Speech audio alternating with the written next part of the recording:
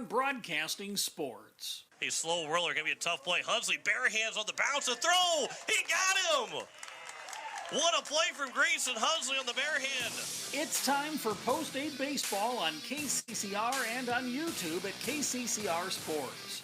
Post-8 Baseball is brought to you by Comtech, True Green Chemelon, Edward Jones Financial, Overhead Door, Todd's Electric, Shane's Pharmacy, Jaeger, AGE, First Fidelity, and State Farm Becky Pottseba Agency. This will be flown out by Charlie Simpson out to left field. Going back, it is gone! Charlie Simpson hits a two-run home run, and it's a 3-2 ball game.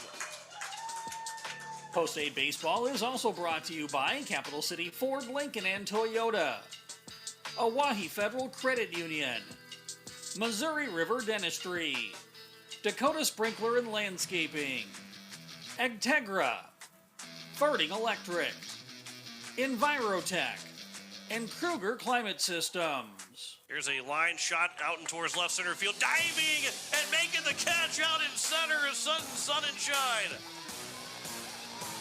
And a tip of the cap from the head coach. Post-8 Baseball is also brought to you by Stalkin Peterson LLP, Wagner Auto, the South Dakota Office of Attorney General, Division of Consumer Protection, Gales Gas, First United Methodist Church, Karsten Erickson Roofing and Construction, Beck Motors, and May Adam.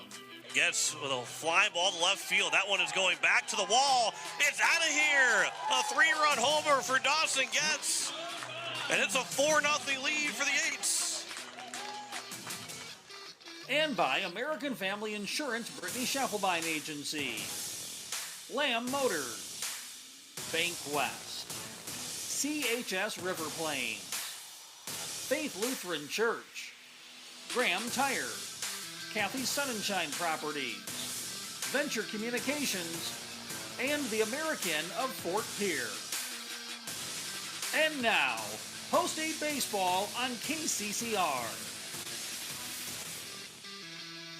And a good evening as we welcome you here to Hyatt Stadium as we get set for playoff baseball between Pierre Post-8 and Huron Post-7. John Wickler alongside Blake Dean as we are ready to go for the playoffs here in Legion Baseball. The 8's the 7 seed, Post-7 of Huron, the 10 seed. These two teams did not meet during the summer. The last time they met was back in the spring when Pierre won both games in a 3-2 and 10-0 wins over the Huron Tigers high school team, but a little bit different, Blake, because super seniors for Huron Post-7, a couple super seniors for Post-8, so two different teams playing here this evening, but a lot on the line. Season is now officially on the line. Now, no team is eliminated tonight, but the season is on the line this week, here today and tomorrow. Yeah, it's best of 3. First 1 to 2 wins between these two teams is going to advance to the state tournament in Watertown in a week from it starts a week from Thursday, if I'm not mistaken. A week from Tuesday, yesterday. A week from yesterday, okay. They'll play Tuesday, start Tuesday. Okay. Well, a week from now, state tournament will be going on, and the winner of these 2 or potentially 3 games will determine who advances between Pierre Post-8 and Huron Post-7. But like you said, that's kind of the differentiating factor between the Legion season and the high school season is you get guys that come back after their freshman year of college if they're still young enough to meet the age restriction, and both teams have a couple of guys that are young enough to be able to do that. Well, this Post-8 team at 20-13, 16-13 in games played. They've got 4 forfeit wins, and they went overall 13-9 in South Dakota games, 15-10 in South Dakota games, but 11-10 overall. And again, games that were played.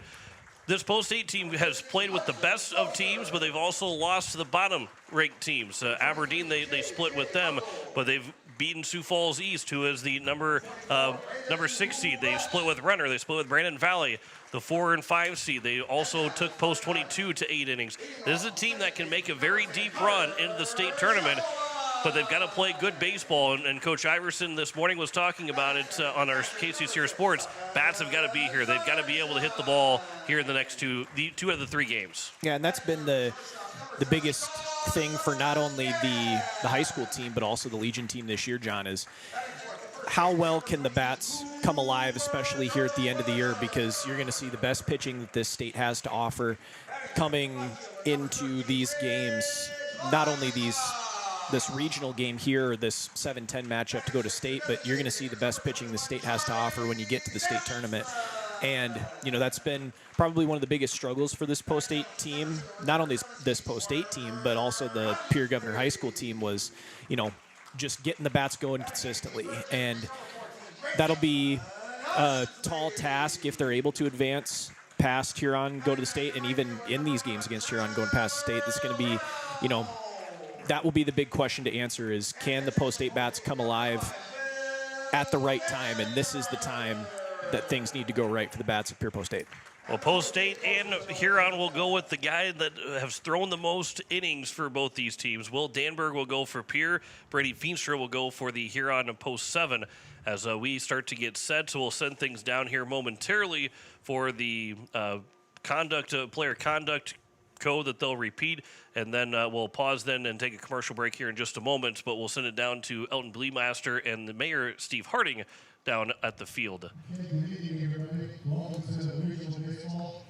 Playing for a chance to go to state tournament in Watertown. On behalf of all Tulsa and the rest of the athletic commission, welcome Pierre tonight. This is the 100th year of American Legion baseball. Started right here in North South Dakota. So, with the tradition in mind, let's have a big game, good sportsmanship. I want to introduce Pierre's mayor, Honorable Steve Harding. Junior Sportsmanship Bill. Thank you. The American Legion Baseball Code of Sportsmanship. I will keep the rules, keep faith with my teammates, keep my temper, keep myself fit, keep a stout heart in defeat, keep my pride in victory, keep a sound soul, a clean mind, and a healthy body. Good luck, gentlemen.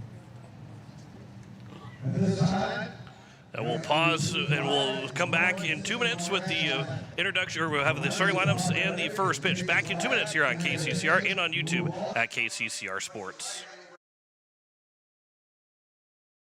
From a neighbor you know, Comtech, locally owned and serving Pierre and surrounding area since 2009, is dedicated to keeping your home, farm, and business connected and secure. We offer a full range of services, from audio and video, security, surveillance, and networking with expert installation and support. Visit our storefront, call us at 605-224-4066, or visit our website, comtechplus.com, to experience the Comtech difference. Comtech, your local technology experts.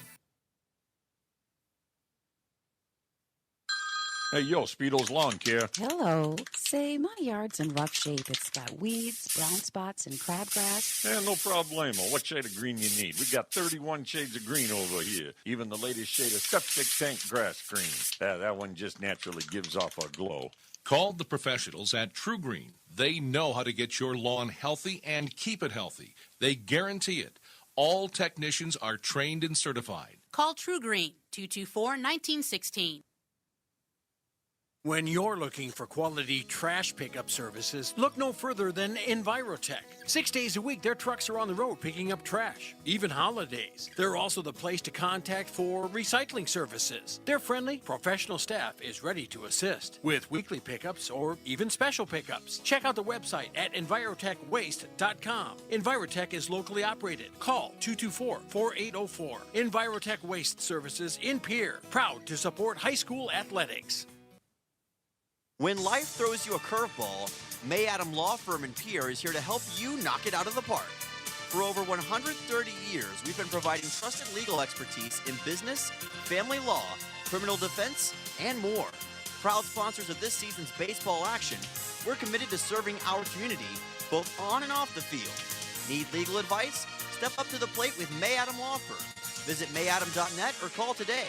May Adam, South Dakota's law firm since 1881. And we welcome you back. We are set for first pitch between Post 8 and Huron Post 7 as we get set for this first game of the best of 3 series. The winner will advance to the state tournament. Right now, Watertown's the only team that is in there, the host team of the state tournament. So they are going to be in, whether they're the 3 seed or a little bit higher. One game is done. Yankton beat Sturgis 5-1 earlier. They actually started at 4 o'clock instead of 5 o'clock this evening, and Yankton won 5-1. The other 2 games are delayed out in the Sioux Falls area because of rain. Harrisburg is beating Brookings 5-1 in the bottom of the first inning. Sioux Falls West is leading Renner 3-1 at the top of the second, but those games are both delayed right now. West is a 12 seed, Renner the 5 seed. That Harrisburg-Brookings matchup is 8-9. The winner of that series does not indicate anything for Pierre and Huron, regardless of either team wins, because they're going to be behind. Huron will be behind one of those 2 teams. Pierre will be ahead of one of those 2 teams regardless. But Will Danberg is on the mound as we get set for this contest. Trey Wentz, the center fielder, lead things off for Huron Post 7. He's followed by number 4, Logan Leyendecker, the left fielder. Bubba Peterson, the catcher, will bat 3rd. Andy Porish, the second baseman, is batting 4th. Lane Winslow, the first baseman, will bat 5th. Brady Feenstra, the pitcher, is batting 6th. Tommy Martin, the third baseman, batting 7th. Gabe Waldner, the shortstop, batting 8th. And Oakley Anderson, the right fielder, is batting 9th. And again, they go against Will Danberg, who has thrown the most innings and has not been the most appearances, but does have the most starts. 44 2/3 innings. All of his appearances have been in those 8 starts. 5-1 record, 49 hits, 26 runs, 18 of them earned, 13 walks, 25 strikeouts, a 2.82 ERA, 1.39 whip, batting average against at 275. And Blake, the beauty of what Pierre can do and why they can make a deep run into this playoff here in this week and then into the state tournament if they make it, is they're starting pitching. They've got a 3-headed monster between Will Danberg, who's on the mound for game 1, Rich Leinbach, and J.J. Buckles. All 3 of those guys can easily win you baseball games by how good they can pitch alone. Yeah, they really are, and that is the top 3 for Post State. They have been all year, both in the spring during the high school season and this year in Legion. And you're seeing Huron's going to see potentially 2 of, if not all 3 guys, if this series goes to 3 games. Big 3-headed monster on the hill for Post State right now, and probably the top guy is throwing the most innings on the mound right now in Will Danberg. Danberg is set. Trey Wentz is in the box, and the umpire says play. The first pitch is grounded over towards the left side. Dawson Getz will field. His throw to first is wide of the bag, and it will be a leadoff error. It bounced off the brick, but to second will go Trey Wentz. And not the start that Post State was hoping to have. Took 1 pitch, but there is an error to Dawson Getz, and the leadoff man is on second to open up the ball game as Logan Leyendecker will come to the plates. Yeah, it's a tough play for Getz to make. He's charging in on a ball that was hit very weakly by Wentz. Weak contact given up by Danberg, which is exactly what you want on the first pitch of the ball game. Getz having to come in, charge hard as Wentz was flying down the line and make a play where he wasn't able to set his feet, throw across his body over to first base and threw it wide right of the bag. That allows Wentz to advance to second. So runner in scoring position with nobody out for Post 7. So here's the first pitch to Leyendecker. That'll miss upstairs for ball 1. Logan Leyendecker, he is coming in hitting .291 for this Huron squad. One of the best averages on the team. He's got 2 doubles, 13 runs driven in, which is 4th on the team in runs driven in for this Post 7 team. And here's a ground ball again over to Dawson Getz. He will field his throw to first. That one is right on the money to Cooper Twilliger at first. Runner does advance over to third with the weakly hit ground ball. And it'll be a 6-3 ground out, 1 down here at the top of the first. And Bubba Peterson, the catcher, to the plates. Yeah, Bubba Peterson coming into this ball game, hitting .337, on-base percentage of .470, and a slugging percentage of .471 for an OPS of .941, which is second best on the team for here on Post 7.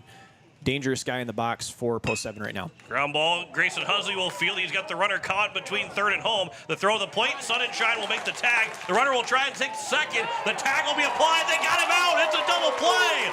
A 5-2-4 double play to get out of the inning. And it eliminates the error and heads up play by Post 8. to get both outs. Grayson Hunsley starts it all, and then they end up with a double play to get out of the inning. No runs, no hits, no one error, and no one left on base. We head to the bottom of the first. We're going to talk about that play when we come back. Back in a minute on KCCR and on YouTube at KCCR Sports. With any dream, the wind won't always be at your back, the sun won't always be shining, and some rain is going to fall. American Family Insurance is like a good solid roof that you can trust to protect your biggest dreams. With plans that could save you up to 23% when you bundle your home and auto. Also, you can continue to dream fearlessly, no matter what comes your way. American Family Insurance. Visit mfam.com to learn how discounts may apply to you. American Family Mutual Insurance Company assigned its operating company, 6000 American Parkway, Madison, Wisconsin. Contact the Brittany Shufflebind Agency, LLC, 224-6627. Looking for your next new or used car, truck, or SUV? Then go no further than the comfort of your own home. Shop online at lambmotor.com. On lambmotor.com, you'll find the vehicles Lambs has in stock. You can schedule a test drive or your vehicle's next tune-up, all online. New or used, shop for it all online, anywhere you are. Lamb Motor has the right vehicle for you. Lamb Motor in Oneida and online, lambmotor.com. It is no one likes to have electrical problems. It is the bottom of the first, and it is a tie game, no score on the American Family Insurance Brittany Shufflebind scoreboard. John Wickler alongside Blake Dean as you're listening to KCCR Pierre, Riverfront Broadcasting Station. 5-2-4 was a double play. Grayson Hunsley was able to look the runner in Wentz, who got way too far off the base to get back to third. Threw it home perfectly to Sun and Shine, and threw it to Shufflebind, who was not even covering second, but got over there in time. And Blake, you want to win baseball games, you got to be able to make those plays. It's a wild double play you don't see very often, but they made the play exactly how they needed to. Yeah, absolutely. And good presence of mind there by Grayson Hunsley over at third to, see that Wentz was easily halfway down the line, and he froze. And that's one of the big no-nos that when you're a base runner, you either have to really commit to, go in one direction or the other, and big-time freeze by Wentz halfway down the line. And that allowed Hunsley to say, okay, which way are you going to go? Are you going to try to go back to third, or are you going to try to advance to home? He runs right directly at him. Great play by one of these older veterans on the post-state field as far as the fielders go. Runs directly at him. Wentz makes the decision to go home, throw to Sun and Shine behind the plate to tag him out. Peterson's running hard out of the box, and he tries to take second base.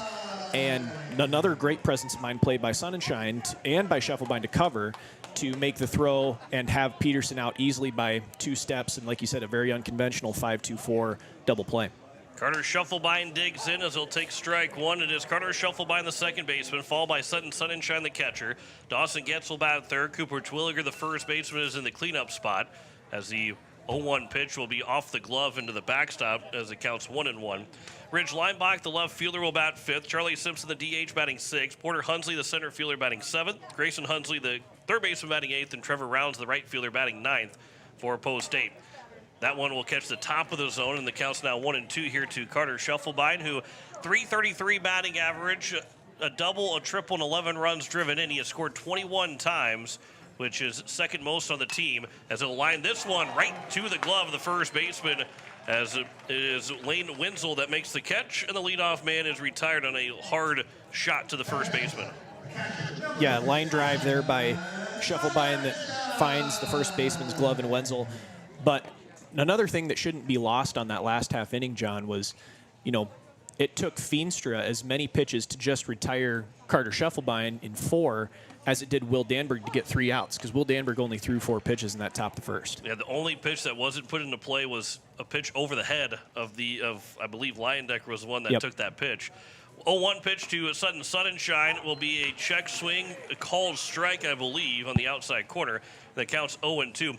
Feenstra, he has thrown the most innings for Huron. He's got 12 appearances, which is second most of the team, but 6 starts, as this will be a swing and a miss and a strikeout. The throw to first will retire Sun and Shine, and there's now 2 down to bring up Dawson Getz as he scored that 1-2-3 on the strikeout. Feenstra is 3-5 with a save on the season for Huron. 61 hits, 45 runs, 40 of them earned, 26 walks, 24 strikeouts now with the strikeout of Sunshine, an ERA at 5.87 and a whip at 1.83, as this will be flown out into center field. Backing up's the center fielder, and Wentz will make the catch, and that will retire the side. A 1-2-3 inning, just like it somewhat was for Will Danberg, goes away for Brady Feenstra. No runs, no hits, no errors, no one left on base. One complete here at Hyde Stadium. No score between Huron and Pierre. Back in a minute on KCCR and on YouTube at KCCR Sports. No one likes to have electrical problems, but when they happen, call Todd's Electric at 223-2518. With over 28 years of experience, Todd's Electric can handle any type of electrical problem, whether it's residential, commercial, or agricultural. Their knowledgeable staff knows and understands the importance of your home, business, or ag facility and are prepared to help. Call Todd's Electric at 223-2518. That's 223-2518. Todd's Electric, serving the Pierre and Fort Pierre areas. The line to power. Financial investments are very important, but so are the investments of time, patience, and encouragement our young athletes receive from their coaches, teachers, and mentors. Your Pierre area Edward Jones Financial Advisors understand this. That's why Edward Jones is a proud sponsor of Governor Athletics on KCCR. Go Govs! For all your investment needs, call or stop by one of our offices to visit with your Pierre area Edward Jones Financial Advisor. Edward Jones, member SIPC. We welcome you back. Top of the second, no score between Pierre and Huron on the American Family Insurance Brittany Shufflebein scoreboard. John Wickler alongside Blake Dean as we look at some of the other matchups that are going on, and I believe we are the only game right now that is fully playing because the other matchups besides Yankton, who won 5-1 earlier, they're all in a rain delay. Brandon Valley, Renner, Sioux Falls East, and Harrisburg all out east. There's actually a flash flood warning out in Sioux Falls area. And then Rapid City Post 22 hosting Spearfish. They're supposed to start at 7 o'clock Central Time. That also looks like there has been some rain that came through. Now, they're going to get that game in as long as it clears out at some point tonight, as the first pitch will be over for strike one. First strike taken against Will Danberg as Andy Porish is leading off here in the top of the second. The other fields, although Harrisburg and Brandon Valley are not so much concerned about, other than the outfield, there's a swing and a miss that counts 0-2. Sioux Falls East, that one's going to be tough at Harmon. Mm-hmm. Oh, yeah. Renner might be okay. It's all going to depend on how much rain is actually falling in those spots right now. Here's the 0-2 pitch. That one will be taken high and outside, and the counts 1-2. But you can play 2 games tomorrow and then move game 3 to Friday if necessary. And if there's sweeps, then you don't really lose anything other than just playing, 1 game tonight and potentially 1 game tomorrow. 1-2 pitch, swing and a miss. There's the first strikeout for Will Danberg. 1 down here to open up the top of the second. Yeah, and I guess I can say this as a former player calling that complex my home. If there's anything about Harmon Park in Sioux Falls, as good a park as it is to play ball on, that thing does not hold water well at all. And I think they made it a little bit better, but it was, a little bit better for something that's, again, I don't want to talk bad about Harmon Park, right, but it's very, very bad. It used to be very, very bad at holding water. Now it's just a little bit better, which means it's still very bad. I was going to say. You take one vary away, there's still one more vary that is there at how bad it is to try and take water at Harmon. Slightly raised the bar. Yeah. Here's the 2-0 pitch. That one's over for a strike to Lane Wenzel, the first baseman, who is hitting 328 on the season for Huron. No extra base hits, 10 runs driven in. All 20 of his hits have been singles. This will be missing low, and the count's now 3-1. Here to Lane Wenzel, the 5th place man in the batting order. Brady Feenstra, the pitcher, is on deck. And on the flip side, I think Pierre played Renner a few years ago, as there's another cut and a miss there by Wenzel from the off-speed pitch of Danberg. Pierre played Renner a few years ago, and it really rained pretty hard, and I think the field held up pretty well, if I remember correctly. 3-2 pitch, cut on and missed. Another strikeout for Will Danberg, a 3-1 count. Still gets the strikeout. 2 down here in the top of the second. It brings up Brady Feenstra. Yeah, those, especially in the summer, just baseball in general, unless it's a tournament, well, sometimes not even a tournament, but it's a playoff game, you try and wait things out, but sometimes you just say, well, it's thunder and lightning, we got a delay, we're not even going to worry about trying to finish the game. We're just going to call it for the day because we got a 3-hour drive back home or whatever it is. But I think Renner's Field, and they also had some issues with the water. I think there was a line that was cut to the field, so they didn't get much water on the field at the middle part of the summer. So that field could probably hold a lot of water right now because it's probably really, really dry. More than it would have otherwise. As it counts 0-2 here to Brady Feenstra, and Danbury looking for 3 strikeouts to close out the inning. 0-2 pitch just above the zone. Not a bad spot to miss, and the count's now 1-2. But yeah, we're the only game in action right now. Yankton's already won their first game 5-1, and they'll play at 11 o'clock tomorrow morning for game 2. Everything else, some games have gotten going. Other games are waiting to get going now as it counts 2-2. West and Renner, with West leading Renner, delay in the top of the second. Harrisburg is up 5-1 in the bottom of the first on Brookings. And then post 22 and Spearfish, Brandon Valley, Aberdeen, and Easton post 320 are all in rain delays. That pitch will be taken for strike 3.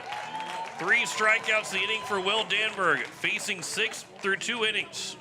No runs, no hits, no errors, no one left on base. We head to the bottom of the second, no score between Pierre and Huron. Back in a minute on KCCR and on YouTube at KCCR Sports. Been your local CPA firm for over 40 years, offering tax preparation, bookkeeping, payroll, and consulting services. If your business, farm, or ranch needs professional, accurate, and reliable services, we are your firm. Our clients are our #1 priority. If you need a higher level of accounting service, give us a call at 605-224-5828. That's Stolken Peterson LLP, 222 East Missouri Avenue in Pierre.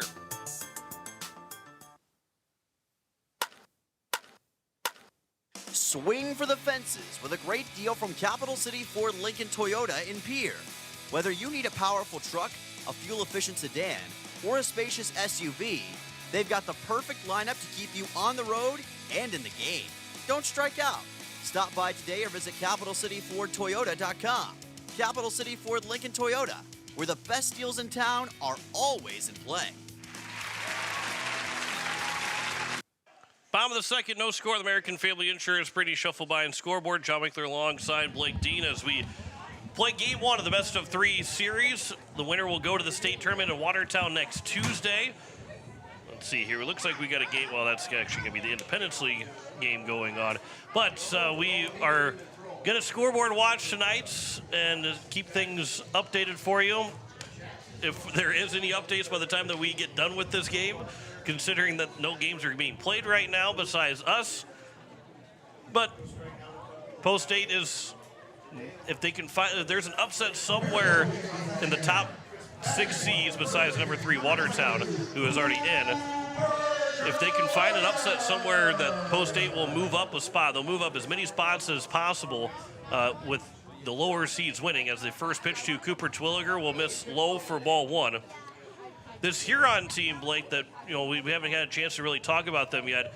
This is a scary 7-10 matchup, and I think everybody who is playing this week is saying, as this one's grounded foul by Twilliger, that there are some scary matchups because everybody has at least 2 really good pitchers. Mm-hmm. Some teams have 3, but most of those 3 teams are those teams with 3 are hosting right now.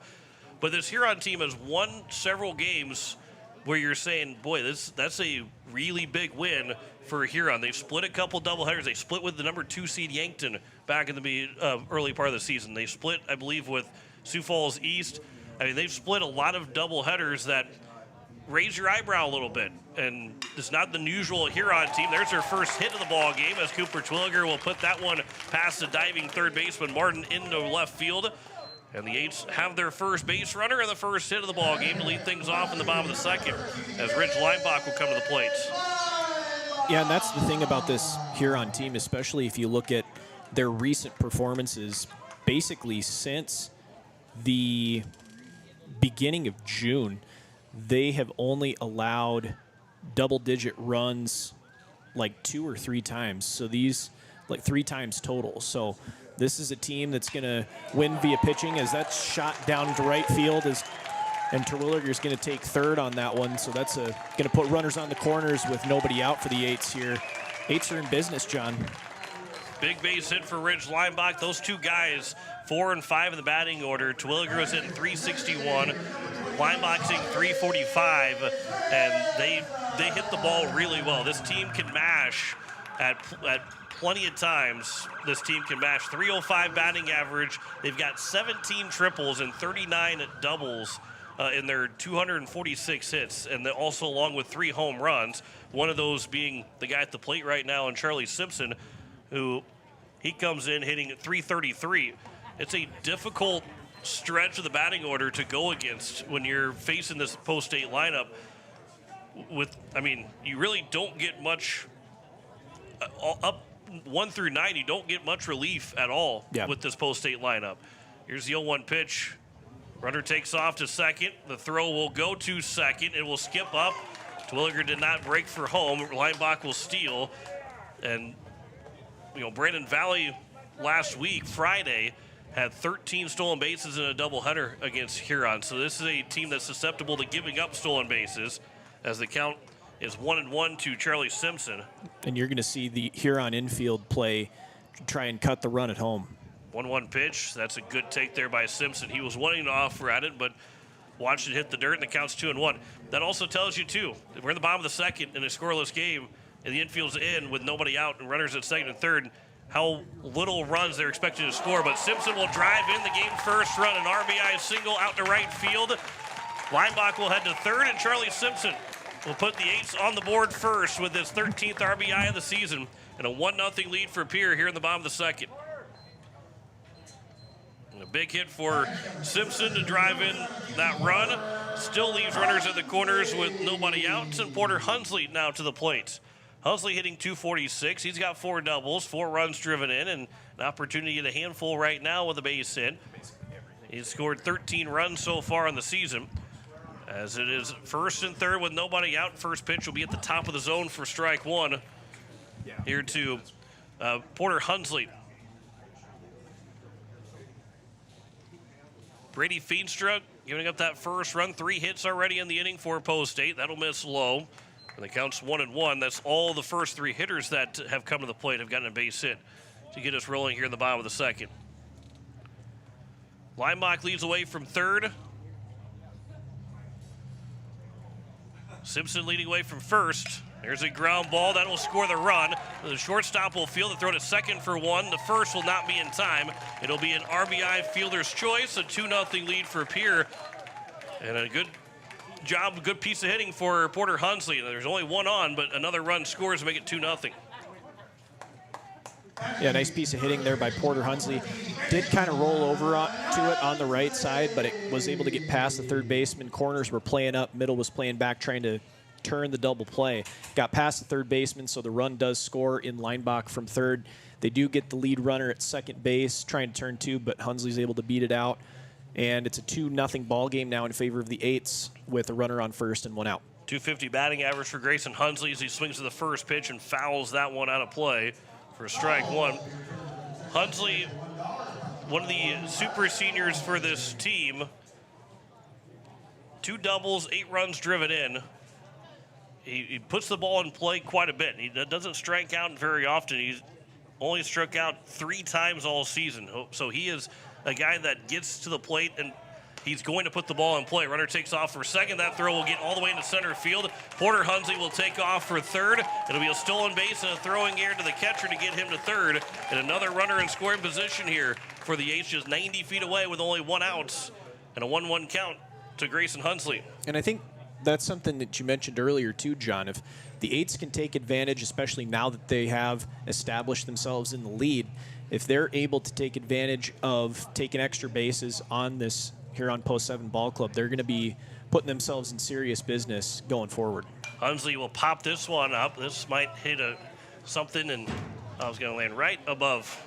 I mean, it was almost like it really was like right above the press box. I had a great opportunity to make the catch, but get denied again. Counts 1-2 to Grayson Hunsley. Feenstra will go from the windup. Here's a ground ball on the left side. Coming home is Porter Hunsley. The throw to first will be in time, but it will be an RBI ground out for Grayson Hunsley. And again, putting the ball in play for Grayson Hunsley. Doesn't strike out. Doing something like that, Porter Hunsley broke immediately, did not hesitate like It happened with the top of the first for Huron, and it's now a 3-0 lead for the Eights. Yeah, just put the ball in play, make the defense, make the play. That's exactly what Grayson Hunsley did, scoring Porter Hunsley from third. And now it's a 3-0 ball game in favor of the Eights here in the bottom of the second. And they're not done as they're looking to turn this thing back over to the top of the lineup with Trevor Rounds in the batter's box right now. 205 average for Rounds, a triple, 11 runs driven in for Trevor Rounds as it counts 2-0. Rounds has picked up just 8 hits, but 11 RBIs in the season, so he gets himself in a good spot to drive in runs, whether he gets a base hit or not, as it counts 3-0 now to Rounds. Carter Scheffelbein, as Blake mentioned, the top of the order, he is due up next and looking for an opportunity to swing the bat here at the bottom of the second after a 3-run bottom of the second inning so far for the Eights. A 4-pitch walk will be issued to Rounds, so it will bring us back to the top of the order, and it'll be Carter Scheffelbein. And by the way, Post 8, both of their outs drove in a run. A fielder's choice RBI for Porter Hunsley and an RBI ground out for Grayson Hunsley. 2 productive outs for the Eights to get 2 more runs scoring to lead now 3-0 in the bottom of the second. Here's the first pitch to Scheffelbein as he lined out to the first baseman to lead off the bottom of the first, takes strike 1. Scheffelbein, I mentioned 333 batting average. He does have 5 2-out RBIs on the season. Here's the 0-1 from Feenstra to Scheffelbein. Here's a hard ground ball to the second baseman, bobbled by Porish. Underhand flip will still be just in time to get Rounds at second, and that will take care of the second inning. 3-run score for Post 8. They get that in 3 hits, 1 error, and 1 man left on base. 3-0 lead for Pierre after 2 over Huron. Back in a minute on KCCR, and you're watching it on YouTube at KCCR Sports. Building a home. It's the biggest investment most of us make in a lifetime. Not to mention it's a decision that, well, you pretty much live with day and night. The quality of the workmanship stares back at you like a reflection. It also affects the value of your investment. Choosing the right contractor is critical. Kruger Contracting is that contractor. Call 222-2523. Quality workmanship and materials completed on time. Kruger Contracting. In a word, quality. Call 222-2523.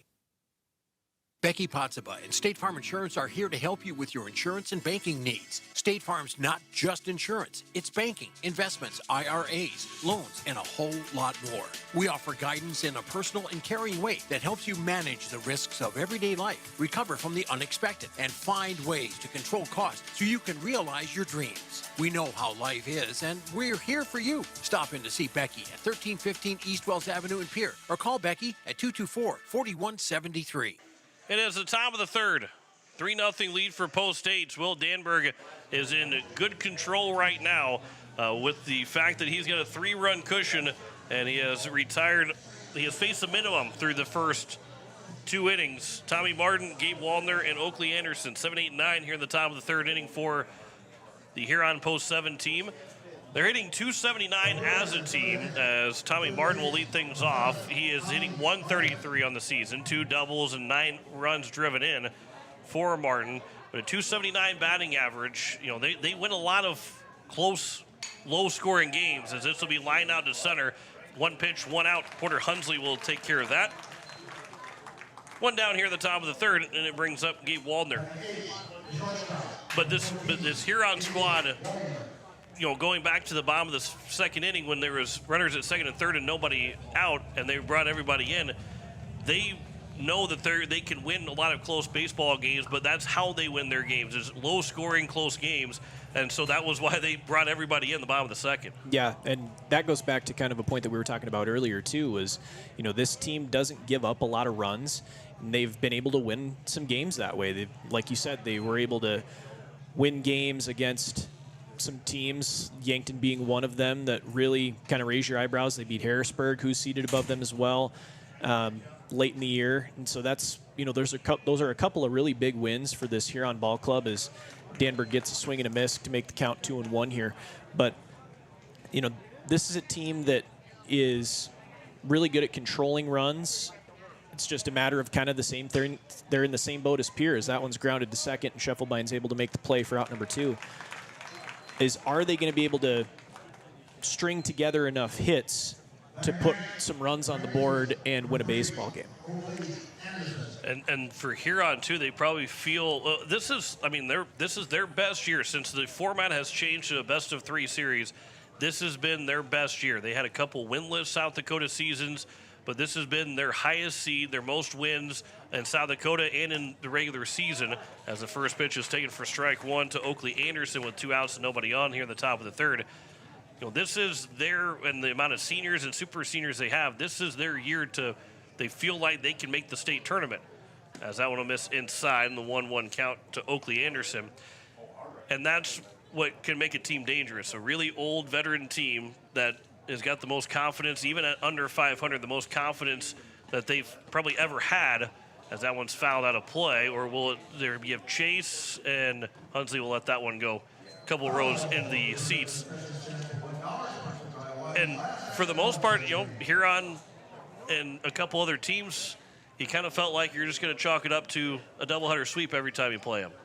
That's not the case this year, and maybe teams were thinking that, and that's where Huron got some wins, but Post State certainly cannot be thinking that, especially with the season on the line, that they can just go get 2 wins. Here's a one flown out to left field. That will drop in for a base hit. Blooping it out to left field is Oakley Anderson, the left-handed hitter, gets the first hits of the ball game for Huron. And that is a 2-strike swing from Oakley Anderson. That was just put the barrel on the ball and let that thing float its way out in left field. Yeah, kind of an excuse me swing there by Oakley Anderson. Soft contact that just, kind of one of those Texas Leaguer singles that's in between the left fielder, the third baseman, and the shortstop and just falls harmlessly to the ground. But first base hit for Huron against Danberg here, and now they have a man on base, and Danberg's going to have to go out of the stretch for the first time this evening as he tries to backpick Anderson at first base. Anderson's able to get back safely. Well, it's technically the second time that he's gone out of the stretch with the leadoff you're error right. that got him to second, that got Trace Wentz, who's at the plate, to second. You're right. But otherwise, this will be now outside of a pickoff attempt, which they tried it at before the first pitch. You're going to have to face more than the minimum here at the top of the third inning. That first pitch, that one will be popped up. This will be playable, foul territory. Grayson Hunsley will be given way to the shortstop, Dawson Getz. He'll make the catch on the third base line right at foul territory, but it does retire the side here in the top of the third. No runs, a hit, no errors, and a man left on base. We have played 2.5, 3-0 lead for Pierre over Huron. Back in a minute on KCCR and on YouTube at KCCR Sports. Is it the competition that keeps bringing you back? The long-standing rivalries? Or is it seeing friends again and cheering on your favorite team? At First Dakota, we're here for it all. We appreciate the fans, the players, the coaches and officials, the concessions crew. The shared community experience is part of what makes life here great, and we're here for it. See you at the game. First Dakota National Bank, member FDIC. For over 60 years, Ferding Electric has been powering homes and businesses across central South Dakota. When you need reliable electrical service, trust the experts with decades of experience. Whether it's a simple residential repair, a complex commercial installation, or even electrical work on your farm, Ferding Electric has you covered. And if you're tired of searching everywhere for that hard-to-find bulb, Ferding Electric carries a wide selection of bulbs, including those hard-to-find fluorescent and specialty options. Visit us at 903 East Elizabeth Street or call today, 605-224-8684. 3-0 lead as we head to the bottom of the third on the KCCR and on YouTube at KCCR Sports. Blake Dean joins me here in the studio, or in the press box. May as well be the studio. It might as well be. I mean, it's be a pretty nice studio. Yeah, true. Look straight out to a baseball field all the time. Hard to beat the view. Heights Stadium has got one of the best views in the morning, afternoon, and evening. One of the best views to watch a baseball game in the state of South Dakota. And, unbiased opinion. Mm-hmm. No favoritism in there. But seriously, it is one of the best places for baseball. Sudden Sunshine leading things off as the first pitch is missed outside for ball 1. That was pitch number 27 for Brady Feenstra as he works into the bottom of the third inning. Only 29 pitches for Will Danberg through 3 innings, as Sun and Shine will foul that one out of play. And the count's 1-1. He struck out swinging in his first at bat. He's 0 for 1. This Eights team is looking to get back to the state tournament for the first time since 2022. This is the first time they're hosting since 2021 when they swept Yankton here to get to the state tournament, which was out in Brandon Valley. Then in 2022, they went on the road and swept Renner in the 8-9 matchup to get out to Rapid City to play in the state tournament. That pitch will be upstairs, and the count's 3-1. And this Eights team has been building, the last couple of years. The Eights were playing their best baseball at the end of the season. It's just that where they started at was with a fresh team, as this one has flown out to left field. It almost sounded like the metal bat broke, and the left fielder and Leyendecker will make the catch. And the leadoff man retired here in the bottom of the third inning, and it will bring up the number 3 man in Dawson Getz. But the Eights would start and play their best baseball at the end of the season. And here, they're playing their best baseball at the end of the season, but they're starting a lot higher in a position to go at the beginning of the year. This one will be popped up on the right side. Going to be a long run for everybody, and it will drop foul as the first baseman and catcher were trying to come together to make that catch, but it dropped between both of them, so it's just a 1 strike to Dawson Getz. So now we're seeing the ceiling of Post State was raised quite a bit going into the 2025 summer, and depending on how things go over the course of these 2 days, we can see this Eights team potentially make a deep run to the state tournament. Here's a ground ball to the second baseman. Porsche will throw to Wenzel, and Getz is retired, now 2 down here in the bottom of the third. Yeah, you always want to be playing your best baseball at the end of the year, and luckily that's what Post State has been doing as the season has progressed here. And, if they continue to play well, they'll end up in the state tournament in Watertown next week. First pitch is a strike to Cooper Twilliger, who started in the bottom of the second with a leadoff single. He came in to score on the Charlie Simpson RBI single, and the Aces ended up scoring 3 runs in that bottom of the second. It counts 1-1 here to Twilliger. And then on top of everything, and of course, you're not counting your eggs before they hatch or anything like that, but just a statement of a fact that the Central Plains Regional, which used to have 5 to 6 states, only have 4 states this year. So everybody gets 2 teams. North Dakota is Fargo Post 400 is 1 team. They know that because they're hosting. Sure. And then whether it be the state champion or second place to Fargo Post 400 will make the regional tournament. In the other 3 states of Minnesota, South Dakota, and as this one will get away, it'll be Nebraska, but that'll be a strikeout, but a Cooper Twilliger will easily get to first as that bounced everywhere away from the catcher in Peterson. So it turns into a strikeout, but the inning will continue for Ridge Leimbach as Twilliger's on with 2 outs here in the bottom of the third. But for South Dakota, you just got to get to the state championship. You don't have to necessarily win the state championship. You just got to get there. Yeah. And then you're going to be playing in the regional tournament in the first full week of August, shortly after the state tournament ends. As the first pitch to Leimbach is popped high out to right field. It is Anderson that is over. Oakley Anderson will make the catch and retire the side here in the bottom of the third. No runs, no hits, no errors, and a man left on base. We have played 3 complete between Pierre and Huron. 3-0 lead for the Eights. Back in a minute on KCCR and on YouTube at KCCR Sports. Venture Communications has deep roots in rural South Dakota. Venture now proudly provides fiber to the home with 100% of our customers, enabling them to enjoy super fast and reliable internet connections. We'd like the opportunity to keep you in touch with the people and resources that matter most. 100% fiber and 100% committed to rural South Dakota. Call Venture Communications today at 605-852-2224, 605-852-2224, or online at venturecom.net. At Shane's Pharmacy, your health care is important, and Shane wants to be the pharmacist to take care of you. Shane's Pharmacy will make sure your prescriptions are filled in a timely manner, they will answer your questions, and they will even deliver to your home or office.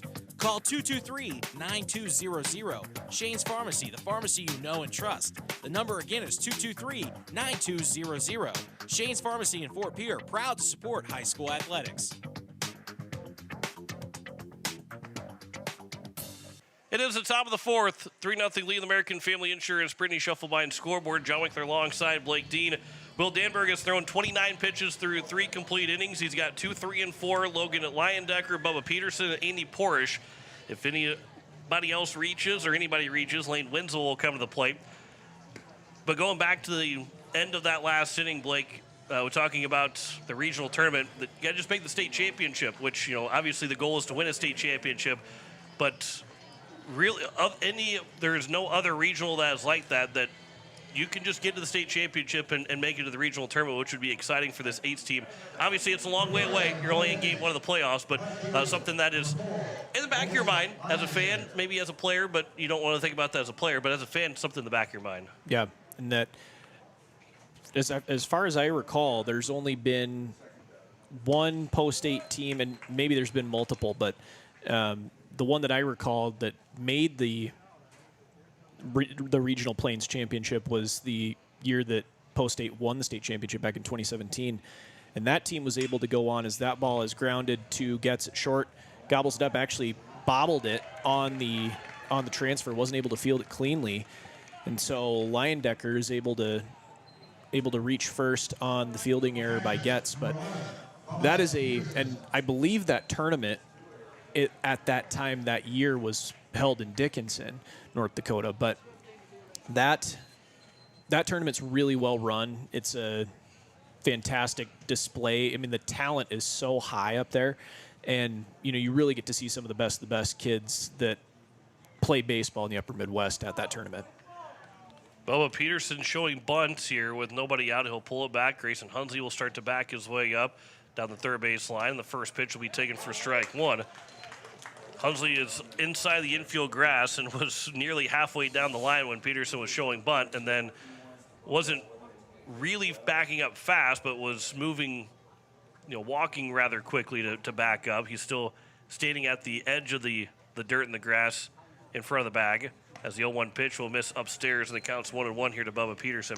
But, that's, again, you got to get to that point. You got to make the state tournament, and then you got to be able to play well in the state tournament to get to have an opportunity to get to the regional tournament, which will be in Fargo.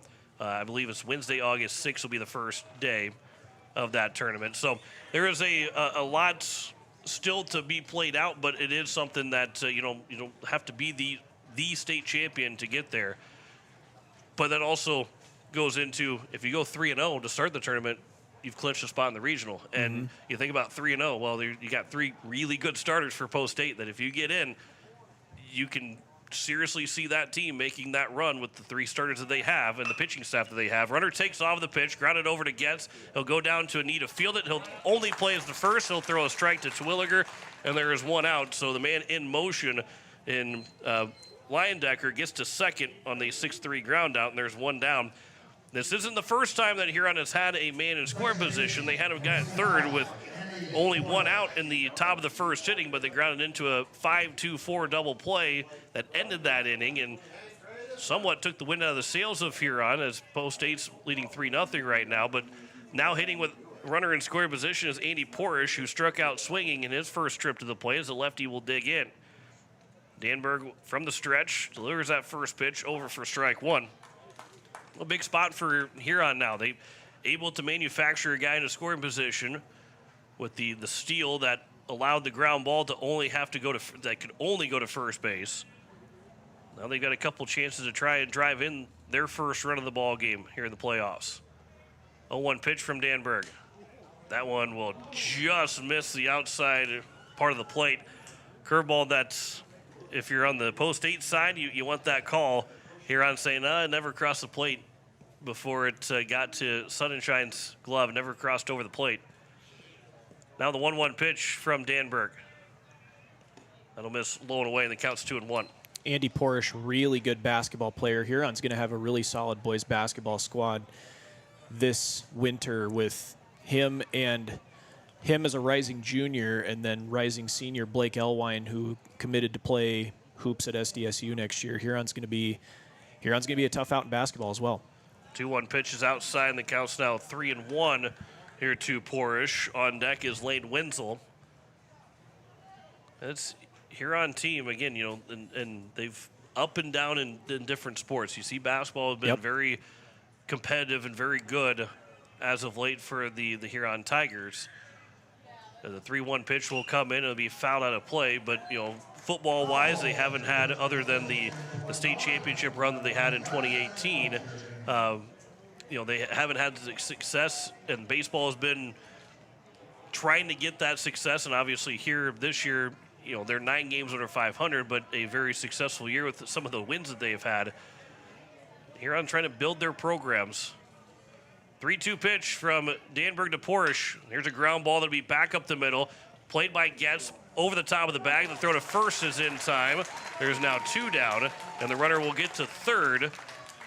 So that puts the runner on third with 2 away, and it's up to Lane Wenzel to try and drive in their first run. All 3 ground balls this inning have gone to Dawson Getz. He's made 2 of those 3 plays. That runner on third here with 2 outs at the top of the 4th inning. And something for Getz, he misses that first play, but doesn't allow that to affect how he played the ball the next 2 ground balls. One of those seniors for this post-8 team. Here's the first pitch. It'll miss upstairs to Lane Wenzel. Yeah, big spot here for Will Danberg. I know you got a 3-run cushion here, but, trying to pitch out of danger with a runner 90 feet from scoring with 2 outs, this is a big spot for the young man on the mound for post-8. And he's clearly been the man for the job all year, is kind of the number 1 guy throwing the most amount of innings for Pierre, but good area of work right here. Here's a ground ball again for Dawson Getz. Going to be a tough play as he charges. His throw to first is wide. Twilliger will still put the tag applied to get Wenzel out. And Dawson Getz a lot of work over at the shortstop position. Makes 3 of those 4 plays. With that last one, a little help from his first baseman Twilliger and that big target. No runs, no hits, an error, and 1 man left on base. 3-0 lead for Pierre over Huron at the end of 3.5. Back in a minute on KCCR and on YouTube at KCCR Sports. Yag Air Incorporated is your locally owned ag chemical and seed retailer. Yag Air Incorporated offers reliable ground and aerial application. For the latest seed and chemical pricing, contact Kyle at 605-280-8710 or Tony at 605-280-4771. Yag Air for all your ag chemical and seed needs. Kyle, 605-280-8710 or Tony, 605-280-4771. You just got a quote from a company and are now being billed for not choosing them. Many contracts have what's referred to as a contingency agreement. These typically state that if you don't go with them, you, after insurance has approved the repair work, will be charged a percentage of the job they quoted. Ask up front if they charge to provide an estimate. Never sign anything that you haven't fully read or understand. If you have any questions, reach out to the South Dakota Office of Attorney General's Consumer Protection Division at 800-300-1986. It is the bottom of the 4th and a 3-0 lead for Post 8 over Huron Post 7 on the American Family Insurance Brittany Shuffleby scoreboard. Charlie Simpson, Porter Hunsley, and Grayson Hunsley, 6, 7, and 8 for the 8s here in the bottom of the 4th inning. Enjoying a 3-0 lead here in Game 1 of the best of 3 series. All 3 runs started with Charlie Simpson's RBI single in the bottom of the 2nd, and then an RBI fielder's choice for Porter Hunsley and an RBI ground out for Grayson Hunsley. Here's the first pitch to Charlie Simpson upstairs for ball 1 as we hitting the halfway point of this baseball game here in Game 1 of our best of 3 series. Game 2 is at 1 o'clock tomorrow. And Simpson will line that one to left field. That will be hanging up there, and the catch will be made by the left fielder Leyendecker. Simpson hits it on the screws, but is out to left field, and there's one down here in the bottom of the 4th. Again, Blake, you got a 3-0 lead. If you're hitting the ball hard, it's frustrating to hit a ball square right at somebody and get out. But as a overall process of wanting to play your best baseball at the stretch, those things are positive for Post 8 to see guys hitting the ball hard even when they're getting out. Yeah, it really is, because as long as you're hitting the ball on the screws, it's going to find the grass at some point. So, loud outs are, not always productive outs, but it means that you're seeing the ball well, and that can carry over to the next at-bat or the next game or games if they're able to make it 3. Here's a ground ball over to the shortstop, bobbled by the shortstop. Throw to first will not be in time. It'll be the first error by the Huron Post 7 as Walden, they're unable to make that play cleanly, and allows Porter Hunsley to reach base for now Grayson Hunsley. An RBI ground out in his first trip to the plate. 3 runs, make that a second error. First error with a ball in play for Huron. 3 runs, 3 hits, 2 errors for Pierre. No runs, 1 hit, and 2 errors for Huron. 1 on and 1 out for Grayson Hunsley. First pitch is upstairs for ball one. Hunsley picked up that RBI. That was his 9th of the season. He's trying to reach double digits. And this is, for sure for him this last year as a super senior, and that would be fouled down the left field line. He is the lone guy that was on the last state tournament team. He was the catcher, primary catcher for Post State in 2022 when they got to Rapid City for that state tournament. So he's got the state tournament experience where everybody else is trying to taste that first state tournament for themselves. Here's a ground ball that'll be up the middle. That's going to get through for a base hit. Grayson Hunsley now 1 for 2 with an RBI, and it's first and second with 1 out. And the Aces are looking to add on to their 3-0 lead with Trevor Rounds to the plate, who drew a walk in his first trip in the bottom of the second. Yeah, just a nice redirection of the baseball there by Grayson Hunsley right back up the middle where it was pitched. And now we've got runners on first and second, both of the Hunsleys on base with 1 out. And back to your point, John, what a cool way that would be for Grayson Hunsley to kind of bookend his post-state career with, first year that he plays Legion baseball, as strike one is taken there by Rounds. First year he plays Legion baseball, gets to the state tournament. Last year he plays Legion baseball, gets to the state tournament. That would be something really, really special for him. Obviously, he has had some injury history in his past. As that one got away, throw's going to go to third. And Porter Hunsley's able to take third. Throw gets into left field, and Porter's going to be able to score here, John. Yeah, went off the umpire, bounced back favorably to the catcher and Peterson, but his throw was well wide of the third base back to Tommy Martin, and it allows Porter Hunsley to come in to score as it counts 1-1 to Rounds, and Grayson Hunsley moves up to second. So after the wild pitch, the throwing error by the catcher is second one, and Rounds will ground this one over to the shortstop, fielded by Waldner. His throw to first will retire Rounds, but because on the left side, Grayson Hunsley could not take third, and there's now 2 down, but a 4-0 advantage now for Post State as we go back to the top of the order for Carter Schuffelbein, who was 0 for 2 with a line out to first and a ground out to the second baseman. Retired on the 4-6 ground out with a runner on at first and 2 away in the bottom of the second. But third time now for Schuffelbein to swing the bat. And he's got an RBI opportunity here in the bottom of the fourth to try and get a handful lead for Post State as the first pitch is bounced in and blocked by Peterson for ball one. And Grayson Hunsley at second, he's got the experience, so he knows this as well as anybody. He does not have to go if the ball remains in the infield off the bat of Schuffelbein here. Schuffelbein, both of his plate appearances have resulted in contact to the right side of the infield. And there's a pretty wide space in between Porish and Wenzel on the right side because Porish is actually holding Grayson Hunsley on at second base. So if Schuffelbein's able to do what he does and go the other way, he might end up with a base hit here. That pitch will be fouled off of the plates, and the count's now 2-2 here to Schuffelbein. 4-0 lead here in the bottom of the fourth. The run is scored for the Eights on the, which turned into 2 errors for Porter Hunsley first to reach and then to score. Here's now the 2-2 pitch to Schuffelbein. Soft tapper, third base side. Going to be a tough play for Martin. The throw to first is not going to be in time. He beats it out to Schuffelbein. The speed of the leadoff man gets the infield single, and it's first and third now with 2 away to bring up Sutton Sun and Shine. Yeah, you don't have to hit it very hard to be productive, and that's exact evidence of that. Carter Schuffelbein, weak contact to the left side of the infield, and third baseman had to charge in to try to make the play, make an off-balance throw over to first. Schuffelbein beat it by a step, and that allows Grayson Hunsley to take third base as he was off on contact, and it was weak enough contact where there was going to be nobody covering third base and nobody was going to have a play.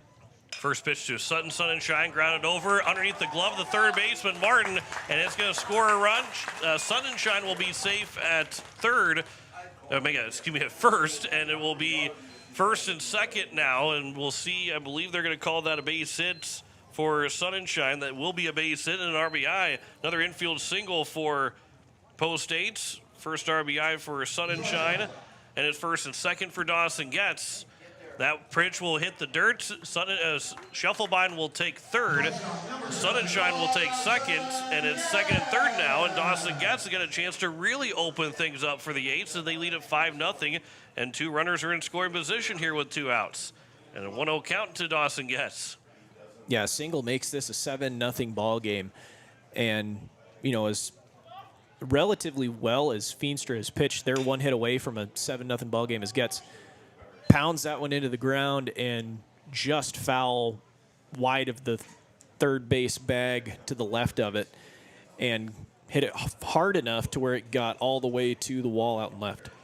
If that wild pitch that got Scheffelbein over to third as that one misses high and the count's 2-1, that had been maybe a little bit farther left of the catcher. Scheffelbein probably had a chance to try and score because the pitcher and Feenstra wasn't covering, and the speed that Scheffelbein shows wouldn't have big opportunity. Here's a high chopper over to the third baseman Martin. He'll throw to first to retire the side, and it will put an end to the inning. Another 2-run score for Post 8 on 3 hits in the inning.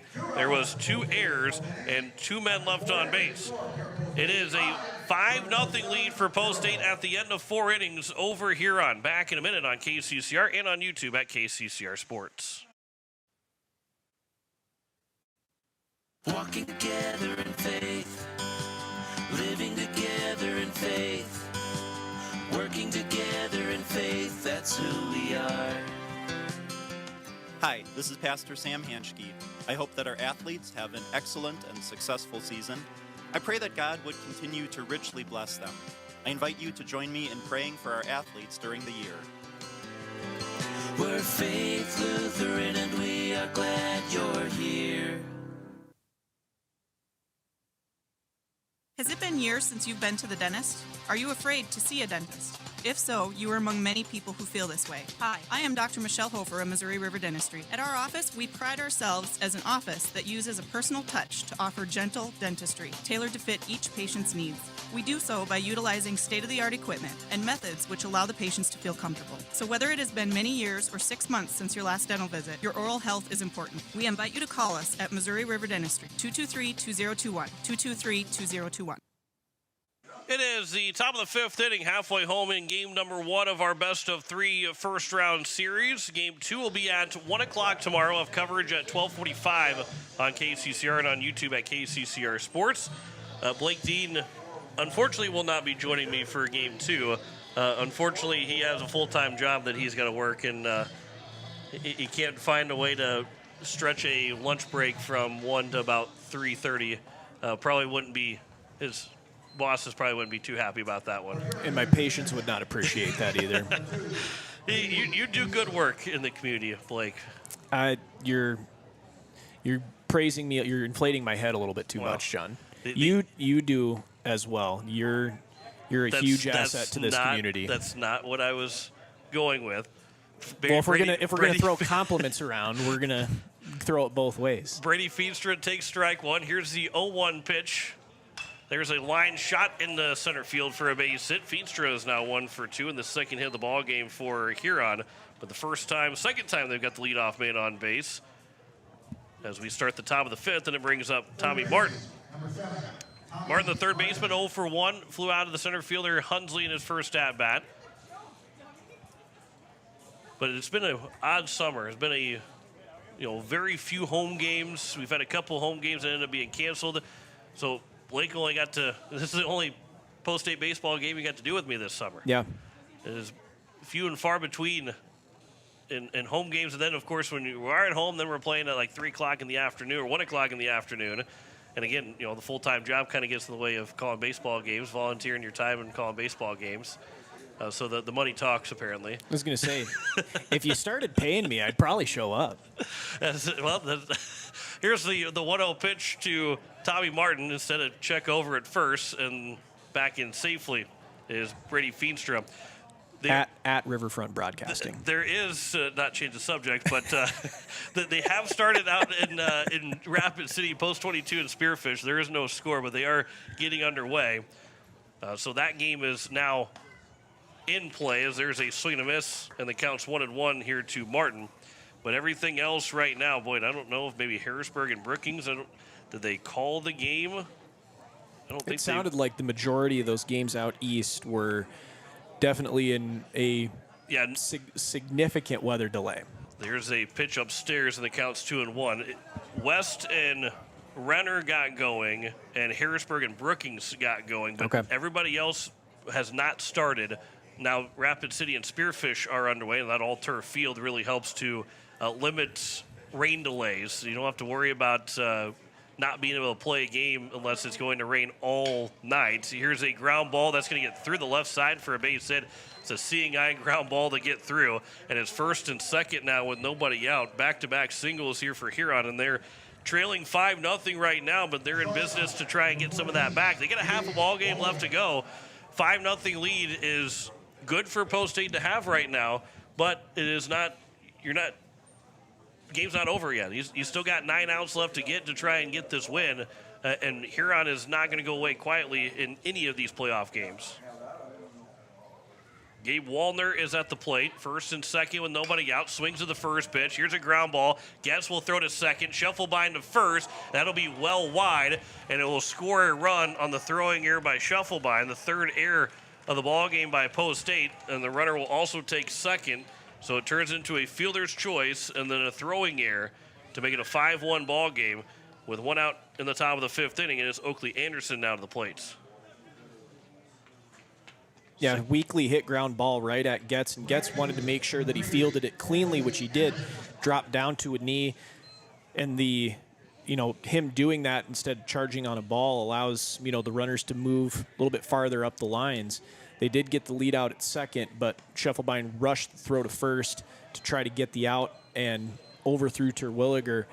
Ball gets to the netting in front of the Post State dugout. That allows the run to score for Huron and the runner to go to second. So now a runner at second base in a 5-1 ball game here for Huron Post 7, and they're trying to claw their way back into this one. There's a swing and a miss by Oakley Anderson. The count's 1-1. He got the first hit for Huron with 2 outs in the top of the 3rd inning. Now he hits with a runner in scoring position here with 1 out in the top of the 5th, trying to get another run back from that, at least the bottom of the 4th, where Post State scored 2 runs. He'll ground that one on the right side. Shufflebind will come in, takes somewhat of a high hop, but he will field that cleanly and throw to first for the second out. There's 2 down now here in the top of the 5th, and the runner moves over to third base in Wallner, and it brings up the top of the order and Trace Wentz. 1-0 lead for Rapid City Post 22 over Spearfish. They're in the bottom of the 1st out at Dave Plouffe Field. Post 22 hosting the Spearfish Legion team. Post 167, if I remember correctly. Post 164. Dang it. Only 3 off. Darn it. And being over 100 to only be 3 off is pretty close. I knew they were 160-something, but, God, that upsets me. First pitch will miss low for Trace Wentz for ball 1. He is 0 for 2.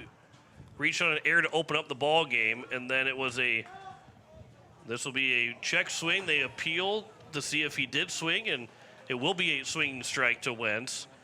He also popped out on the left field line in the infield where Dawson Guess, the shortstop, made the catch. Counts 1-1 to Trace Wentz. Runner 90 feet away from trying to make this a 5-2 ball game, and he will score on the wild pitch as it gets underneath the glove and the block of Sudden Sunshine, and it's now a 5-2 ball game here in the top of the 5th inning and a 2-1 count to leadoff man Wentz. Yeah, it looked like a off-speed pitch that Danberg bounced a little bit, and Sunshine tried to get in front of the ball, just missed it, and ball gets the backstop. Waldner scores, and we've got a 5-2 ball game now. So now nobody on base with 2 away. 2-1 pitch from Danberg. That one is fouled by Wentz, and the count's now 2-2. Boy, Wentz was really out in front of that one. It looked like he made contact with it, but his head ended up, almost inside the Huron Post 7 dugout. Really out front of that off-speed pitch by Danberg. Danberg might throw another one here. 2-2. That one will be high and outside, and the count's now 3-2. 57 pitches now in total for Will Danberg trying to get through this 5th inning. And also, if you can get Danberg to pitch a complete game, that really saves you pitching for tomorrow when you only have one guy that's unavailable to throw, as that one is fouled away. However, You can't just say, hey, we're going to throw Danberg out there for an entire game so we can have an opportunity to have, all our pitchers available. You still have to go and find a way to get a win. And if Danberg can't get you that complete game, you have to go use and burn another pitcher if necessary. Yep. Here's a 3-2 again, payoff pitch. This will be flown out towards center field, left center field. Long run for Porter Hunsley. He's not going to get there. It's going to drop in. It'll be an extra base hit for Wentz. A 2-out double keeps the inning alive and a man in scoring position again here for Huron post 7. 1 on, 2 outs here at the top of the 5th, and it's now Logan Leyendecker who is 0 for 2 to the plate. It's a great hit by Wentz. Stayed back on the off speed, really struggled with it the first few times that he saw it in that at-bat. Was able to sit on it and got one high and up in the zone, almost chest high.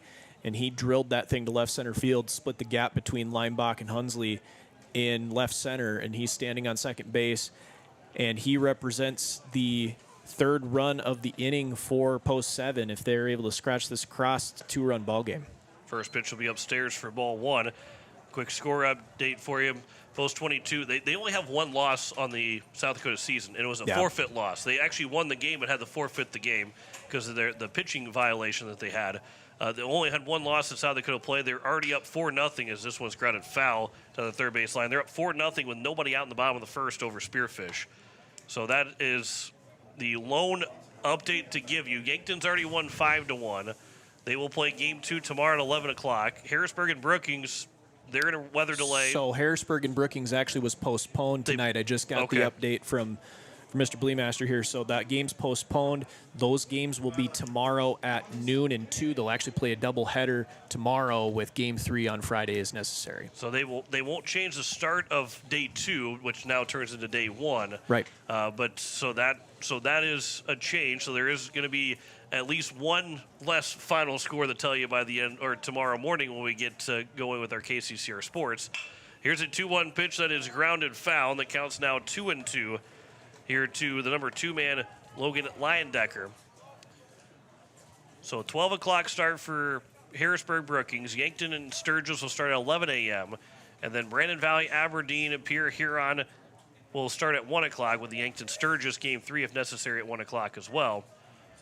And then 1:30 will be East and Rapid City post 320. This will be popped foul. That'll get behind us in the press box. You are listening to KCCR Pierre Riverfront Broadcasting Station. Watertown is, I think they had a scheduled game maybe yesterday, but did not play it. They probably weren't going to play it today with all the rain that came up in the northeast part of the state. But they're sitting and watching and waiting to see who has the state tournament field. As this one will be taken for strike 3. And Leyendecker goes down looking, and that will retire the side. 2-run score in the inning on 3 hits for Huron. There was 1 post-8 error and 1 man left on base. We head to the bottom of the 5th. It is a 5-2 lead for Pierre over Huron. Back in a minute on KCCR and on YouTube at KCCR Sports.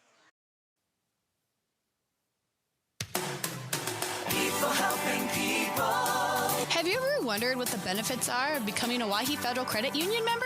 At Owyhee Federal Credit Union, we reinvest profits in you. We do this in the form of lower interest rates, higher dividends, and low to no fees. So come check us out or come in at 221 East Pleasant Drive in Pierre, because at Owyhee Federal Credit Union, we treat our members like they own the place because, well, they do. Owyhee Federal Credit Union. Most of us already know that Gales Gas of Pierre is the place to call for propane. They offer an automatic fill plan so you never have to worry about running out of propane. They accept debit and credit payments or a budget payment plan to spread out the cost throughout the year so you never have surprises when you get your bill. For delivery, convenience, and great customer service, call Gales Gas at 224-5518. That's Gales Gas at 224-5518. It is the bottom of the 5th inning in a 5-2 lead on the American Family Insurance Brittany Shuffleby and scoreboard for this post-8 team over here on John Wickler alongside Blake Dean. And for the 8s, it will be Cooper Twilger, Ridge Leinbach, and Charlie Simpson, 4, 5, and 6 for post-8. It is a 5-0 lead for Rapid City post 22. And well, I thought, Blake, that we were going to be talking about a whole bunch of score updates and try and keep you updated and have all the fun of watching all these games. We've only got one other game going on and one final score right now. That's not nearly as fun as I thought it was going to be scoreboard watching tonight. So we have to provide the entertainment, is what you're saying. Well, somewhat, I guess. Well, what can we discuss? Well, this is what I was coming up here for. This is what you brought me up here for. There's plenty to discuss as it counts 0-2 to Cooper Terwilliger. And I'm not sure where to even start with the where do we discussion. start? There's so many things to discuss about. Here's the 0-2 pitch to Terwilliger. Here's a ground ball that will be off the glove of the first baseman, who will field it and take it to the bag. Wenzel, when you're at first base, all you got to do is knock it down. You got plenty of time to recover and make the play. Wenzel goes 3 unassisted for the leadoff man retired here in the bottom of the 5th, and it brings up Ridge Lineback with nobody on and 1 down. Do we start with the grandpa of the MLB, Rich Hill, throwing at 45 years old? That's such a cool story. I mean, first pitch is over for strike 1 to Ridge Lineback. He now ties Edwin Jackson for the most. 14, right? Yes, Yeah. 14 teams played for in Major League Baseball. As Lineback pops that one up first base side, Wenzel's going to have, looks like, enough room to make a play, and he will, for out number 2 here in the bottom of the 5th. But, yeah, Rich Hill now and Edwin Jackson that you can use for a majority of your baseball reference immaculate inning games, Right, if you want to play that. Yeah, that's 14 teams. Those are kind of cheat codes, Edwin Jackson and Rich Hill. Yeah, there's half the league has been, and depending on, what teams, like you could say Edwin Jackson and Rich Hill probably played for close to all 30 teams combined. There's a couple that overlap and some that don't. Here's the 0-1 pitch, which I believe he's the second oldest pitcher behind Jamie Moyer, who was 49 the last time that he pitched. Jamie Moyer. It counts 1-1. I was looking at that the graphic that they had when Rich Hill was making his start. Here's a 1-1 pitch to Simpson. And it's at the knees, and the count's 1-2. He got drafted in 2002, made his debut in 2005, which means that 0 of these kids on the field were alive when Rich Hill got drafted or made his Major League debut. So they have no idea what Major League Baseball is like without Rich Hill. And I'm sure their worlds will be shaken when Rich Hill retires, too. Because I'm sure if you go and pull everybody, here's a ground ball off the glove of the third baseman. Martin will pick it up. His throw to first. It will skip away from the first baseman. It might get Simpson over to third as it got all the way over towards the right field corner. And Simpson will make his way to third. It'll be an error to the third baseman, Tommy Martin, and a 3-base error that puts him at third with 2 outs for Porter Hunsley to try and get his second RBI of the ball game and to get one of those runs back that scored at the top of the 5th. So Hunsley to the plate with 2 outs and a runner on at third. But yeah, I don't know if there's if you pull both teams and you say the name Rich Hill, that there's going to be a good percentage of them that know exactly who you're talking about. Here's the first pitch to Porter Hunsley. That'll bounce in for ball 1 to Bubba Peterson, who made the stop. Keeps that runner over at third. Sure, if you asked that question, it would sound like a bunch of owls in both dugouts saying, who? That one would be the knees, and the count's 1-1. I'm here all night, ladies and gentlemen. That was a good one. Thank you. Appreciate that. That was a good one. It is Porter Hunsley trying to get an RBI. Here's the 1-1 pitch. There's a line shot. That'll get the run in. The 2-out error will hurt Huron. An RBI for Porter Hunsley, his second of the ball game, and a 6-2 lead now for the Eights with 2 outs in the bottom of the 5th. Yeah, good piece of hitting there by Porter. Just, again, both kind of similar to older cousin Grayson, who's up at the plate now. Back the last time that he was up, just went right back up the middle with it, stayed square. Line shot out to center, scores the run in Simpson, and leads back up to 4, for the Eights as they get one back here in the bottom half of the 5th. Third inning of the 5 that they have scored runs now. 3 runs in the second, 2 in the 4th, and 1 here in the 5th with still a runner on at first and 2 outs as Grayson Hunsley will take ball 1 outside as Hunsley is 1 for 2 with an RBI ground out in the second inning. That got the Eights that 3-0 lead. And then he scored to make it a 5-0 ball game. Here's a fly ball to left field, sinking and diving to make the catch as the left fielder Leyendecker to rob Hunsley of a base hit, potentially of an RBI as well. And that puts an end to the bottom of the 5th inning. But a run does score with a hit and an error. And one man left on base. We head to the 6th, a 6-2 lead for Pierre over Huron. Back in a minute on KCCR and on YouTube at KCCR Sports. Dakota Sprinkler and Landscaping wants to make it easy for you to get that lush green lawn and that yard haven that you've been dreaming of. Visit dakotasprinkler.com to make appointments for sprinkler system spring startup, service calls, fall winterization, and landscaping quotes. Trust Dakota Sprinkler and Landscaping's professionals to get you through the planning and installation to make your landscaping needs a reality. Visit dakotasprinkler.com today. Hey you. Are you at a job that is fulfilling, has good benefits to support you or a family today, and retirement goes down the road? If you just said no, listen up. CHS River Plains is hiring operations personnel, drivers, and custom applicators at several locations. These come with a knockout affordable benefit package for you and the whole family. Apply to a job with CHS River Plains and up your benefits straight up. To apply, visit us online at chsriverplains.com or stop in at one of our locations. CHS is an equal opportunity employer. It is the top of the 6th and a 6-2 lead for Post State American Family Insurance. Brittany Shuffleby and scoreboard. It will be 3-4 and 5 for Huron as Will Danberg is still pitching in his starts in the first round playoff series. Best of 3. The winner will advance to the state tournament next Tuesday for game 1. Right now, if no seeds change, Post State would play at 1 o'clock Tuesday afternoon. And then things will all be considered if they win or lose after that. But that is if the seeds don't change from at least the top 7. 8 and 9 doesn't matter for Post State's sake. Here's the first pitch, and a swing and a ground ball that's going to get through the left side past Dawson Getz. A leadoff single for Bubba Peterson, who is now 1 for 3. And that is hit number 5 for, make that hit number 6 for this Huron squad.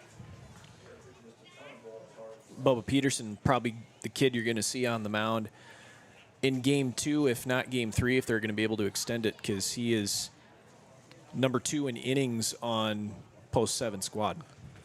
So, last inning we talked about Rich Hill being 45 years old and getting a start. They had some, the 6 degrees of separation, like Kevin Bacon, everything lies back to Kevin Bacon. So you can take Rich Hill, who faced Jamie Moyer. Jamie Moyer faced Steve Carlton. Carlton pitched in the same game as Warren Spahn.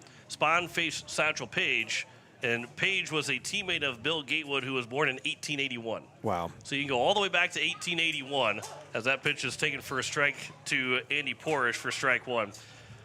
So someone in Rich Hill who pitched in 2025, you can go all the way back to 1881 and have, what was that, five separate things to get you back to 1881.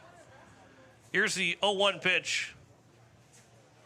As that Andy Porsche will take that high for ball 1. That's now also kind of you get an FCS team in college football that beat, a team that beat another team, and you have about 20 different things that happen, and all of a sudden this FCS team beat the national champion. Yep. Here's the 1-1 pitch to Andy Porsche. Still fun, though.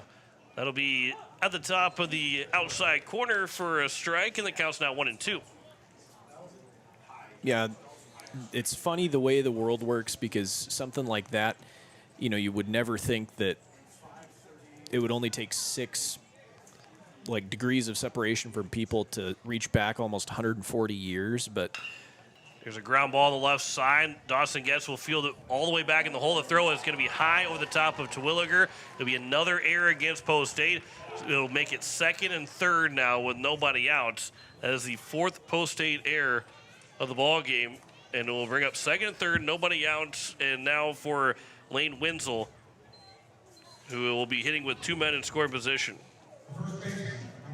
And Danberg's given up 2 runs to this point. Both of them have been earned, but, defense behind him, has allowed Huron to take extra bases and give him extra opportunities. 4 errors, like you said, to your point, John, is that's ball 1 here to Wenzel with runner 2nd and 3rd, nobody out here.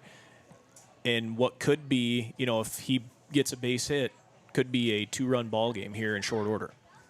1-0 pitch here to Wenzel, who's 0 for 2.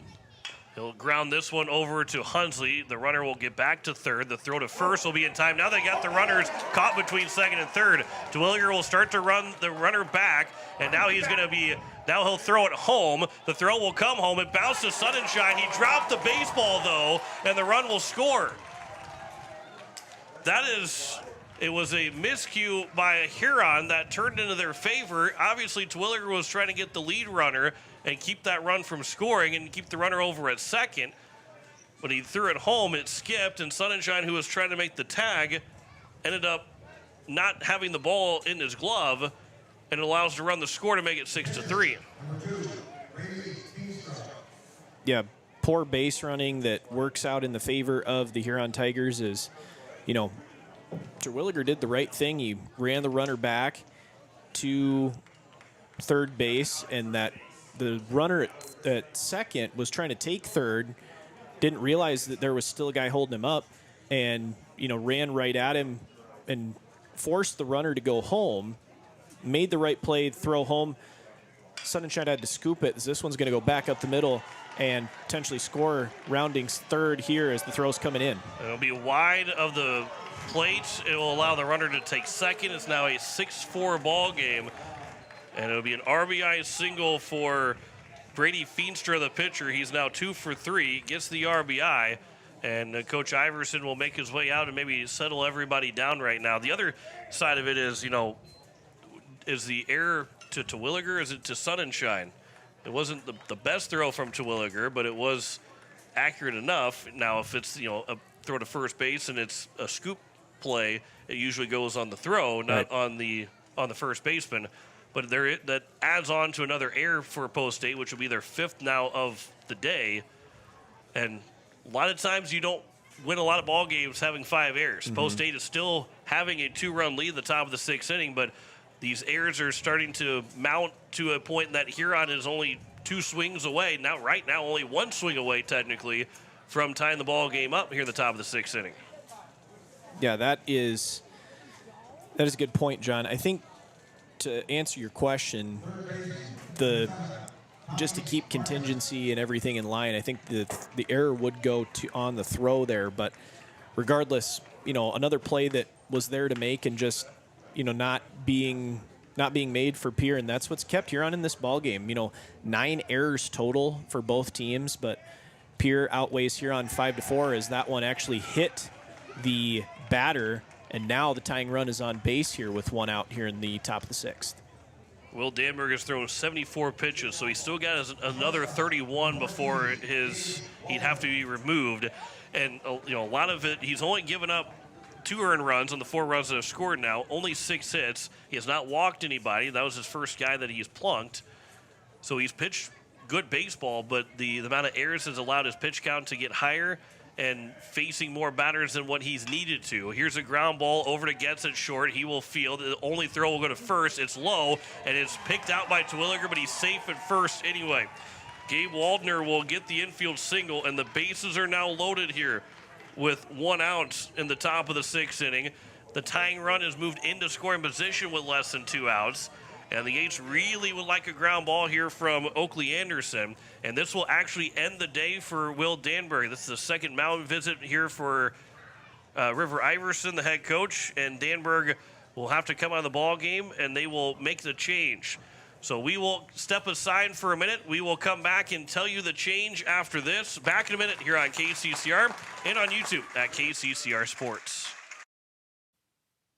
Larry Fry Heating and Cooling has a new name. Kruger Climate Systems has acquired Larry Fry Heating and Cooling, but it's still the same great service. Your friend Larry Fry is still a manager, and his dedication to providing you with outstanding service remains unwavering. The same quality products and services you have come to expect from Larry Fry Heating and Cooling will continue under the new leadership of Kruger Climate Systems. You can still reach us at 605-224-9548 or email us at ryan@krugercontracting.com. Kruger Climate Systems, your certified Trane and Mitsubishi dealer in Central South Dakota.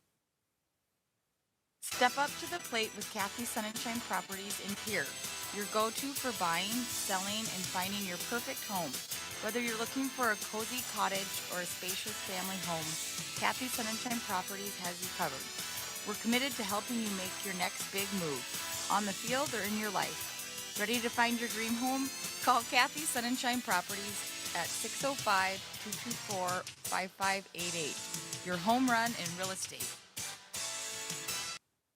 Porter Hunsley is now on the mound here with one out and the bases loaded in the top of the sixth inning, and a 6-4 lead here for this Huron for Post State over Huron at Post 7. As Will Danberg will finish with 75 pitches. He threw 5 1/3 innings, 7 hits, no walks, and 4 strikeouts. Can't close the book on him yet because he is responsible for all 3 of those runners on base. But Porter Hunsley now in the ball game. He has had the most appearances on the team. The rising sophomore has thrown the most, 11 appearances. This will be his 9th relief appearance. He's got 3 starts, 9 relief appearances, 12 overall now, 29 2/3 innings. He is 2-4 on the season.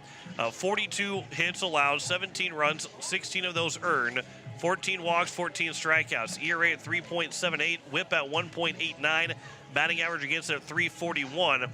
And Blake, I think too the biggest thing for Coach Iverson is saying, okay, you've seen these guys continue to not necessarily square up Danberg, but they're putting the ball in play. Now it's a different angle. It's going to a lefty. You get Oakley Anderson, who is a lefty, to face Hunsley right away. But it is a different angle and a different look for this Huron team that can throw off their timing that right now. And Hunsley has been in these spots, bases loaded with less than 2 outs. I don't know how many times Hunsley has either come into the game or at least been pitching at the time when the bases loaded late in the ball game and less than 2 outs, and he has to start that way here as the first pitch will miss low and away for ball 1. Yeah, Porter's pretty comfortable in situations like this. I don't think it's going to phase him necessarily, but you're right. Him being left-handed is going to give these Huron Post 7 hitters a little bit of a different look. As it's a 2-0 count here to Anderson. Anderson, I think, is going to make Hunsley throw him a strike before he offers at a pitch. And that's a smart play here with bases loaded in a 2-run ball game. 2-0 pitch. That one was a get-me-over strike. I think Porter Hunsley, Sunshine, I think everybody knew that was the case, so he just throws one right down the middle for a strike, and the count's now 2-1. From the windup, 2-1 pitch. That'll miss low, and the count's now 3-1. Nowhere to put Oakley Anderson. And by the way, the top of the order is due up next, and Trace wins. So if you don't get Anderson, it's a 1-run ball game, and you got the top of the order with less than 2 outs.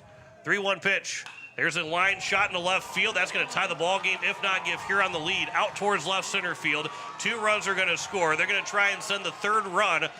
As Getz will run it in, it'll be a 3-run double, and Huron has got the 7-6 lead with 1 out here in the top of the 6th inning. A 3-run double for the number 9-man Oakley Anderson, and Huron's out in front. Oakley Anderson's having himself a ball game tonight, John. First hit of the evening against Will Danberg was that bloop single over kind of that Texas Leaguer single in between third, short, and left field. And now he comes in, huge spot with the bases loaded, with a new pitcher on the mound in Huron down 2, and he laces one into the left center gap that scores all 3 base runners with 1 out. And Post 7 now has the lead 7-6 here in the top of the 6th. This will be popped foul to play on the right side. The count's now 0-2. So officially closing the book on Will Danberg. 5 1/3 innings, 7 hits, 7 runs, 6 of those earned. No walks and 4 strikeouts. Also hitting 1 man. 75 pitches thrown by Danberg. Hunsley now with runner at second and 1 away. The 0-2 pitch to Wins will be popped up on the right side. That will be a look from Terwilliger, but that is also out of play, and the count remains at 0-2. The flip side of all this, and I don't think Coach Iverson has had any thought about it at all, because you got to win. You got to go win game 1, but Hunsley has to stay under that threshold to be available for tomorrow to be able to pitch. And again, I don't think that Coach Iverson is really thinking about this. The throw will go to first on the ground ball back to Porter Hunsley. Had a chance of maybe going after that runner who was caught between second and third, but he does take the sure out at first. The runner does move to third base in Anderson. And 1-3 on the ground out from Wins, and it's now Logan Leyendecker, the 9th man to come to the plate here in the top of the 6th inning. with 2 outs and a runner on at third, and a 7-6 lead for Huron. A 5-run 6th inning for Huron, and they still get a chance to add to it. This will be just behind Sun and Shine, but not far enough to get away for the run to score as the first pitch misses low for ball 1. Leindecker's 0 for 3. Ground out to Getz in the first, reached on an error in the fourth, and struck out looking to end the fifth. This will be off the glove of Sun and Shine and misses outside for ball 2. The count's now 2-0.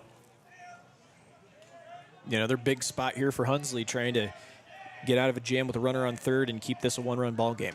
2-0 pitch, that is swung on and missed, and the count's now 2-1. It'll be 9-1-2 for the Eights in the bottom of the 6th, and they know they've got work in front of them, at least down by 1, and be hitting with trailing for the first time in this game. That'll be upstairs, and the count's 3-1. On deck will be Bubba Peterson, who got the full inning started with a base hit and came around to score 5 runs here in the top of the 6th inning. 3-1 pitch. This will be flown out towards right field. Long run for Simpson coming in. That will land just foul as Simpson ran out of time to get to the ball, but it dropped foul by a couple of feet, and the count is now full at 3-2. Yeah, tough that it landed right in between Simpson and Scheffelbein, but full count now from Hunsley to Leyendecker, and like you said, Huron has batted around here in this top of the 6th, and now they have the lead. 3-2 pitch here to Leyendecker. That'll miss for ball 4. And the first and third now with 2 away. And it goes back to the number 3 man, Bubba Peterson, who led off the inning with a base hit. There are 2 errors in this inning by Post 8 that allowed 2 runs to score. Porsche got on by an error, and then Peterson, who scored on a throwing error. 5 errors in the ball game for Post 8, and mentioned it still when Post 8 had the lead. At that point, it was 6-3 or 6-4. That 5 errors don't win you a lot of baseball games. You got to be able to play clean defense, and Post 8 has found out right now that 5 errors can come back to haunt you against any team. Whether you think that they are a good team or not, teams are going to make you pay, and Huron is making Post 8 pay right now as there's a swing and a miss, and the count's 0-2 here to Bubba Peterson. 1 for 3, fielder's choice, and which ended up being thrown out at second, trying to stretch that fielder's choice into 2 bases in the top of the first, ground out to short in the 4th, and then singled here in the 6th. This is grounded over to Hunsley at third. He will make the field in the backhand. The throw to first is low and not be able to picked out by Terwilliger. And another run will come in to score to make it 8-6. That'll be a throwing, well, I don't know if is that a throwing error by Grayson Hunsley. Yep. So that'd be the 3rd error of the inning by Post 8, the 7th error now in the ball game. And another run scores, and it's 1st and 2nd, and Porridge can add on to this lead. And that really looked uncomfortable from the get-go there for Hunsley at third, because it looked like the ball really had some interesting spin on it, because he did not field that very confidently, and that kind of carried over into the throw. Kind of short-armed the throw, and Terwilliger tried to scoop it out from the dirt and wasn't able to do so. So another run scores for Post 7. That makes it an 8-6 ball game in favor of Huron with 2 outs here in the top of the 6th, and Post 8 really looking to stop the bleeding right now. 2-0 counts here to Andy Porish, who reached on an error earlier in this inning. Counts now 3-0. On deck would be Lane Wenzel, who is 0 for 3. But he would come up with potentially the bases loaded again. They are going to have some activity out in the left field bullpen. That pitch will be over for a strike. The count's now 3-1. Find my binoculars, I might be able to tell you who actually is warming up out in left field. It is a lefty for Huron. And of course, he turned right as I was about to see the number. But that will be a walk to Porish, and the bases are now loaded with 2 outs here in the top of the 6th inning. We were at one point, not necessarily, we didn't talk about it, but there was more of a shot for Post 8 to win by a 10-run rule in this ball game. And now all of a sudden it's an 8-6 lead for Huron, and they got a chance to really blow things open with a base hit. This will be popped foul out of play for strike 1. Yeah, this game basically is turned on its head just in this half inning. 6 runs across for Huron here, and they've got a chance to make it 9 here if an extra base hit. Here's a ground ball. Grayson Hunsley will field. The throw to first will be in time, and that will finally put an end to this inning. But 12 guys come to the plates. They score 6 runs in the inning, and Huron now leads it 8-6 over Post 8 as we head to the bottom of the 6th inning. Back in a minute. You're listening to Post 8 Baseball on KCCR, and you're watching it on YouTube at KCCR Sports. As community bankers, BankWest employees are deeply committed to supporting local causes, growing the local economy, and creating local opportunities. At a time when you can bank anywhere, we hope you choose BankWest. We'll be your financial partner for the long haul, helping you and your community achieve financial success. BankWest. Convenient, connected, committed. Member FDIC. Are you a farmer in the Highmore area? Do you need a trusted partner for your grain and agronomy needs? Look no further than AgTegra. AgTegra is built on a legacy of farmer-owned cooperatives, providing superior service and relentless innovation for generations. We're committed to your success and the safety of our employees and members. For your grain needs, call Chance Scott at 605-846-1099. And for all your agronomy needs, reach out to Cole Hamlin at 605-871-9572. AgTegra. Growing together for generations. It is the bottom of the 6th inning. Post 8 is now down 8-6 on the American Family Insurance Brittany Shufflebine scoreboard. That last inning for Huron, 6 runs on 4 hits, 3 errors, and 3 men left on base. That is too many non-zeros up on that line total for Post 8 to feel good about that last half inning. They have 9-1-2. Trevor Rounds, Carter Shufflebine, and Sutton Sunshine. Charlie Simpson went into right, by the way, when Hunsley went to the mound, and Trevor Rouse went to center. So everybody stays the same in the batting order. Just the DH is gone for the remainder of this ball game, but the batting order stays the same. Jack Peterson is the guy warming up out in the left field bullpen right now. The lefty is looking to get loose as he'd be maybe trying to get his first save of the season, if that would be the case, if he comes in and maybe in the 7th inning. But the A's got to score at least 2 here in this bottom of the 6th inning. I guess you don't necessarily have to score 2, but you'd like to get this game back to even, as Rounds will take the first pitch for strike 1 from Brady Feenstra. And Feenstra, to this point, has given up runs in 3 of his last 4 innings of work, as Rounds will ground this one right back to him, underhand it to first for out number 1.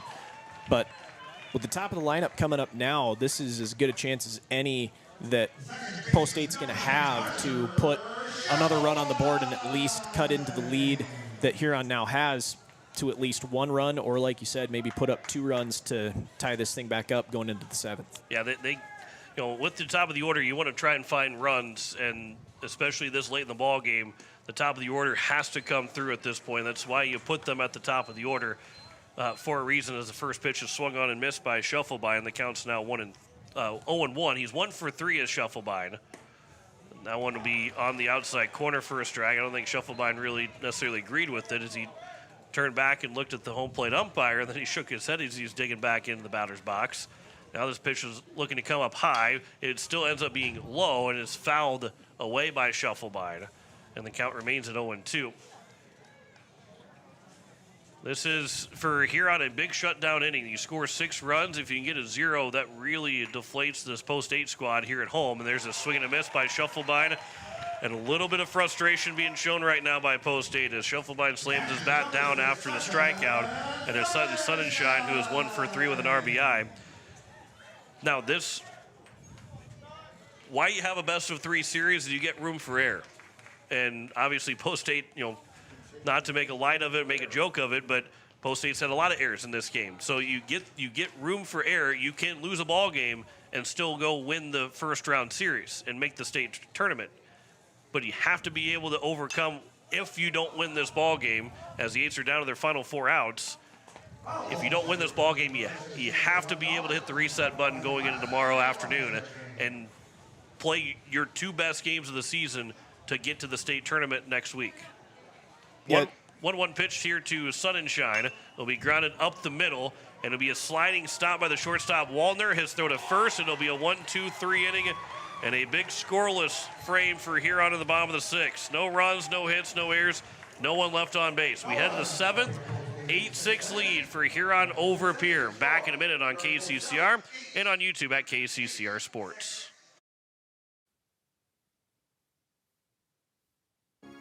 Hello, I'm Pastor Jeff Lathrop of Pierre First United Methodist Church, and I'd like to invite you to join us in person for worship on Sunday mornings at 8:30 a.m. or 11 a.m. You can also join us on Facebook Live or on KCCR 1240 AM or 98.9 FM for our Sunday morning broadcast at 11 a.m. Come worship with us at First United Methodist Church, where you will find open hearts, open minds, and open doors. When you're in town for the big game, why not stay where the view is just as great as the action? American and Fort Pierre sits right on the river, offering beautiful scenery, relaxing comfort, and easy access to the ballpark. After a day at the Diamond, there's nothing better than unwinding by the water, and the American always hits it out of the park. Stay by the river. Stay in comfort. Call 605-223-2358 to book your room today. American, where the river meets relaxation. Top of the seventh, 8-6 lead for Huron over Post 8 in game one of our best of three series. Game two will be tomorrow at 1 o'clock. We'll have coverage at 12:45. And if things don't go the way for Post 8 here in the final inning, we hope we're playing two tomorrow. We don't want to play two if Post 8 ends up coming back and win this one, but we hope we're playing two tomorrow afternoon if Post 8 does not come away with a win here in game number one. We'll have, whether it be one or two games, we'll have them here on KCCR and on YouTube at KCCR Sports starting at 12:45. Other scores around the state, Yankton won earlier, 5-1 over Sturgis to take game one of that series. The 2 seed will be looking for the sweep at 11 a.m. tomorrow morning. Everybody else, well, Rapid City Post 22, they're up 11-0 in the top of the third over Spearfish. That's the number 1 seed. As the first pitch will miss low for ball 1 to Brady Feenstra, the pitcher. As it is 6, 7, and 8 here for Huron Post 7 to start this top of the seventh. But it looks like everybody else will be playing tomorrow now. I believe Sioux Falls West and Renner, looking at Game Changer, there's only 1 score up right now instead of 2. It looks like they've already pushed it now to be playing tomorrow. And between, there's a 1-2 count now. Brandon Valley, Aberdeen, Sioux Falls East, and Rapid City Post 320, who did not start their games. I would think at 8:36 you're not going to play game one anymore. This will be flown out to center field. Trevor Rounds is right there to make the catch. And there is the leadoff man retired here at the top of the seventh inning. And then Harrisburg and Brookings, we did confirm that they are not going to play anymore tonight. They're going to pick up at 12 o'clock tomorrow for game one of that series. They'll play 2 games tomorrow. Then Friday would be the if necessary game. So we'll have only 3 final scores after the end of the night tonight. This will be fouled the plate by Tommy Martin, this being one of those 3 final scores. Martin is 1 for 2 with a single in the 5th. He was hit by a pitch in the 6th. He flew out of the center fielder, Porter Hunsley, who is now on the mound. He did so in the top of the 3rd inning. 8-6 lead here for Huron in the top of the 7th. Count is 0-2 here to Martin. And going back to your point on the scores, John, the Post 22 Hard Hats against Spearfish, their 11 runs that they put up were all in the bottom of the first on 9 hits. There's a swing and a miss by Martin. There's a strikeout. First one of the night for Porter Hunsley, 2 away. And it will bring up now Gabe Waldner, who is 1 for 3 in the ball game. Yeah, Post 22. And that's why they're the number 1 seed. I was going to say, there's sometimes there are automatic, not too many times there are automatic wins that will get you in the playoffs, but Post 22's got pretty close to being automatic berth to the state tournament. Being the number 1 seed, and just how good they have been, not even taking away anything away from Spearfish, it's just how good Post 22 is, as it's a 1-1 count here to now Gabe Waldner. But if Yankton wins, Rapid City Post 22 wins their series, you know the first 3 seeds are set, with Watertown being the number 3 seed. And then that would be, then things could change after that from 4 through 8, as it counts 1 and 2 here to Gabe Waldner. 1-2 pitch. That'll miss low and away, and the count's 2-2. The 8s will have 3, 4, and 5 in the bottom of the 7th. Dawson Guest, Cooper Twilger, and Rich Leinbach. And they will need, right now, at least 2 runs to keep the ball game alive. This pitch will be floated out of play on the right side. The count will remain at 2-2 to Waldner. Yeah, post 22's season, I think I looked before coming over here. They're 52-6-1 as Hunsley gets the strikeout, and we'll talk more about that in the bottom half of the inning. But Post State's going to need at least 2 runs to extend the ball game or 3 to win it. It was a 1-2-3 inning for Porter Hunsley. We'll return in a minute with the bottom of the 7th. Back in a minute here on KCCR and on YouTube at KCCR Sports. Step up to the plate with Overhead Door Company of Pierre. Like your favorite team, we deliver reliability, strength, and top-notch performance. For over 100 years, Overhead Door has been the most respected name in the industry. From commercial or residential repairs to full upgrades, our team of technicians stand ready to provide winning results. Don't let a faulty garage door strike you out. Look for the signature red ribbon and call the industry MVP at 605-224-6200. Bring your garage door game to the big leagues. Is your roof ready for the next South Dakota storm? Don't wait till it's too late. For over 25 years, Karsten Erickson Roofing and Construction has been serving Central South Dakota with quality roofing and construction. He also added gutters. We offer dependable service, guaranteed workmanship, and no unnecessary flash or fuss. Just reliable protection for your home. Karsten Erickson Roofing and Construction. Experience you can trust. Call today, 605-280-8133. Karsten Erickson Roofing and Construction, serving Central South Dakota for over 25 years. It is the bottom of the 7th, and it is a 8-6 lead for Huron in the bottom of the 7th inning. American Family Insurance Brittany shuffled by the scoreboard. John McClure alongside Blake Dean. Eights have to have 2 runs here, as Brady Feenstra will try and go the distance in this ball game, as the Eights will have 3, 4, and 5. Dawson Getz, Cooper Twilger, and Ridge Leinbach. Anybody reaching base, and they need guys to reach base. Charlie Simpson, Porter Hunsley, Grayson Hunsley, and Trevor Rounds will be those next hitters. Huron, this is, going into this playoffs scenario, Coach Iverson said it to me several times. Huron's not a guarantee by any means. Other years, Huron could be a guarantee that you're going to make the state tournament, but they're a sneaky good team that has some good pitching. They've got the old guys that are trying to get to the state tournament for the, who knows? I truthfully don't know the last time Huron was in the state tournament. It's not been since I've been here in South Dakota, and they really haven't even been close to making the state tournament since I've moved here in 7 years, as the count's 1-1 to Dawson Getz. But they feel like they've got the best opportunity, the best chance to go make the state tournament. This one will be popped up on the right side. Oakley Anderson is there to make the catch, and there's one out here in the bottom of the 7th inning. And it will bring up Cooper Twilger, who was 1 for 3 in the ball game, but been on base twice so far. Yeah, I couldn't tell you the last time that Huron was in the state tournament. I'd have to do some digging in the archives to see the last time that Post 7 was at the state tournament. But they're giving Post State everything they've got and then some right now. Is Feenstra really, after that second inning, a couple of runs in the 4th, a run in the 5th, but he's really settled in and has thrown really well as the game has gone on. Here's a hard ground ball over the shortstop, fielded by Wallner. His throw to first. There are 2 down here in the bottom of the 7th.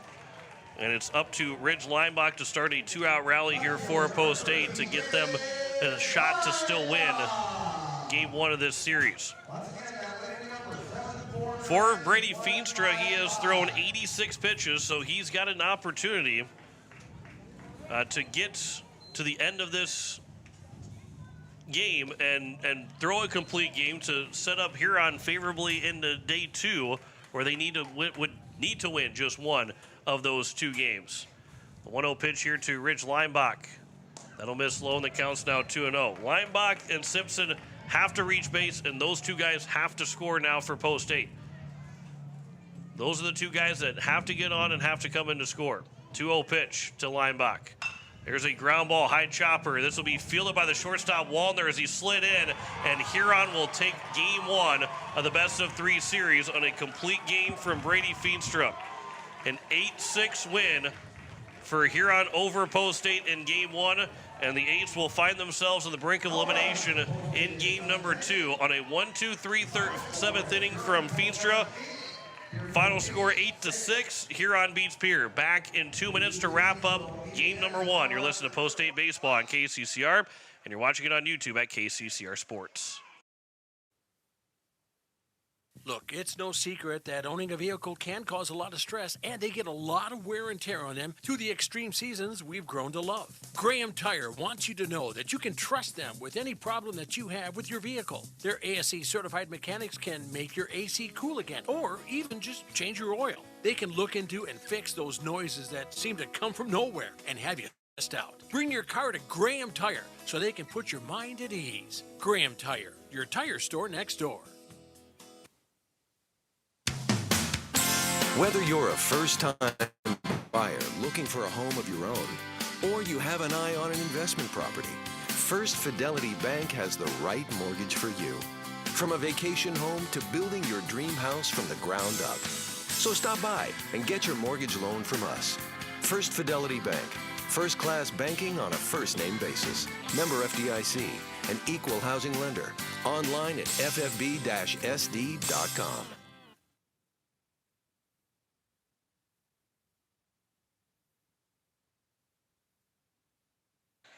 We welcome you back. It is a final in game 1 of the best of 3 series. Post State will drop the first one to Huron 8-6. John Wickler alongside Blake Dean as Blake, the good and the bad of a game like this is that you find yourself now on the brink of elimination, but you look up at the scoreboard, you have 6 errors on the board, only 7 hits. It is a Post State inflicted loss. It is not a go back to the drawing board. You have no idea how to beat this Huron team. You beat yourself in this game. So you play better defense tomorrow.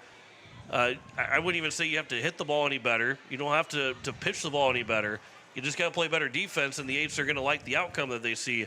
But the problem is that you have no room for error tomorrow, and you have to win both games. Yep, and, when you give teams extra outs, especially veteran squads like this Huron Post 7 team, they're going to take advantage, and that's exactly what they did in the the fifth and the sixth innings, in this ball game. They put up 2 runs in the top of the 5th to cut the lead to 5-2, and then Post State picked up a run in the bottom of the 5th to make it 6-2. Huron puts up 6 runs in the top of the 6th inning. Read that line score one more time for me, John. In that 6th inning, it was 6 runs on 4 hits, 3 errors, and 3 men left on base because 12 guys came to the plate in that 6th inning. So you give this Huron team 4 bases that they rightfully earned on 4 hits. You give them 3 free bases because, there's errors made on the field. And, that if you give a team 3 extra outs and then you have to put up 3 outs that you actually record on the board, that's going to give a veteran-laden squad an opportunity to win a baseball game. And Huron was able to plate 6 in that top of the 6th, and that was the difference in this baseball game because, the other thing that happens with this Pierre team is they really ride the momentum, right? They really get, when they're rolling, things are going well. They're hitting really well. They're playing defense really well. Everything clicks, which is a good thing.